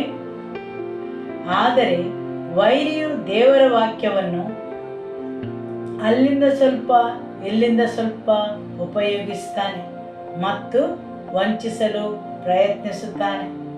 ದೇವರ ವಾಕ್ಯವು ಹೇಳುತ್ತದೆ, ನಿಮ್ಮ ದೇವರ ವಾಕ್ಯದ ಯಥಾರ್ಥತೆಯನ್ನು ಕದಿಯಲು. ಸುವಾರ್ತೆಯು ತುಂಬ ಸರಳವಾಗಿದೆ, ಯಥಾರ್ಥವಾಗಿದೆ. ಶತ್ರುವಿನ ಉದ್ದೇಶವು ಅದನ್ನು ಜಟಿಲಗೊಳಿಸುವುದು ಮತ್ತು ನಾನು ಮತ್ತೆ ನೀನು ಅದಕ್ಕೋಸ್ಕರ ಕೆಲಸ ಮಾಡಬೇಕೆಂದು. ರಕ್ಷಣೆಯು ಧರ್ಮಾರ್ಥವಾಗಿದೆ. ಯೇಸುವಿನ ರಕ್ತದಲ್ಲಿ ಕ್ಷಮಾಪಣೆ ಇದೆ. ಶತ್ರುವಿಗೆ ಅದು ತಿಳಿದಿದೆ. ಶತ್ರು ವಂಚಕ, ಏಕೆಂದರೆ ಎಲ್ಲ ಅಧಿಕಾರವು ಯೇಸುವಿನಲ್ಲಿದೆ. ಅದು ಅವನಿಗೆ ತಿಳಿದಿದೆ. ದಾವೀದನ ಕೀಲಿಕೈಯು ಯೇಸುವಿನ ಬಳಿ ಇದೆ ಎಂದು ಅವನಿಗೆ ತಿಳಿದಿದೆ. ಅವನಿಗೆ ತಿಳಿದಿದೆ ಎಲ್ಲ ಮೊಣಕಾಲುಗಳು ಯೇಸುವಿನ ಮುಂದೆ ಬಾಗುತ್ತವೆ ಎಂದು. ಆಮೇನ್. ಅವನನ್ನು ವಂಚಕನೆನ್ನಲು ಅವನಿಗೆ ಸತ್ಯವು ತಿಳಿದಿದೆ. ಎಲ್ಲವೂ ತಿಳಿದು ಅವನು ನಿಮ್ಮನ್ನು ವಂಚಿಸಲು ಬರುತ್ತಾನೆ. ಅವನ ಅಗತ್ಯಕ್ಕಾಗಿ ನೀವು ಬೇರೆಯದನ್ನೇ ನಂಬುವಂತೆ ಮಾಡುತ್ತಾನೆ. ಆಮೇನ್. ಸರಿಯಲ್ಲವೇ? ಆದುದರಿಂದ ವೈರಿಯು ಯಾವಾಗಲೂ ಮುಖಸ್ತುತಿಯನ್ನು ಉಪಯೋಗಿಸುತ್ತಾನೆ. ಆದುದರಿಂದ ನೀವು ನಿಮ್ಮ ಕಾವಲು ಕಾಯುವಿಕೆಯನ್ನು ಬಿಟ್ಟು ಬಿಡುವಂತೆ ಗಿಬ್ಯೋನಿನ ಜನರು ಸ್ಪಷ್ಟವಾಗಿ ಮನವರಿಕೆಯಾಗುವಂತೆ ವಸ್ತುಗಳನ್ನು ತಂದರು. ನಿಮ್ಮ ಕಣ್ಣಿನಲ್ಲಿ ನೋಡಿ, ಕಿವಿಯಲ್ಲಿ ಕೇಳಿ ತೀರ್ಪನ್ನು ನೀಡಬೇಡಿರಿ.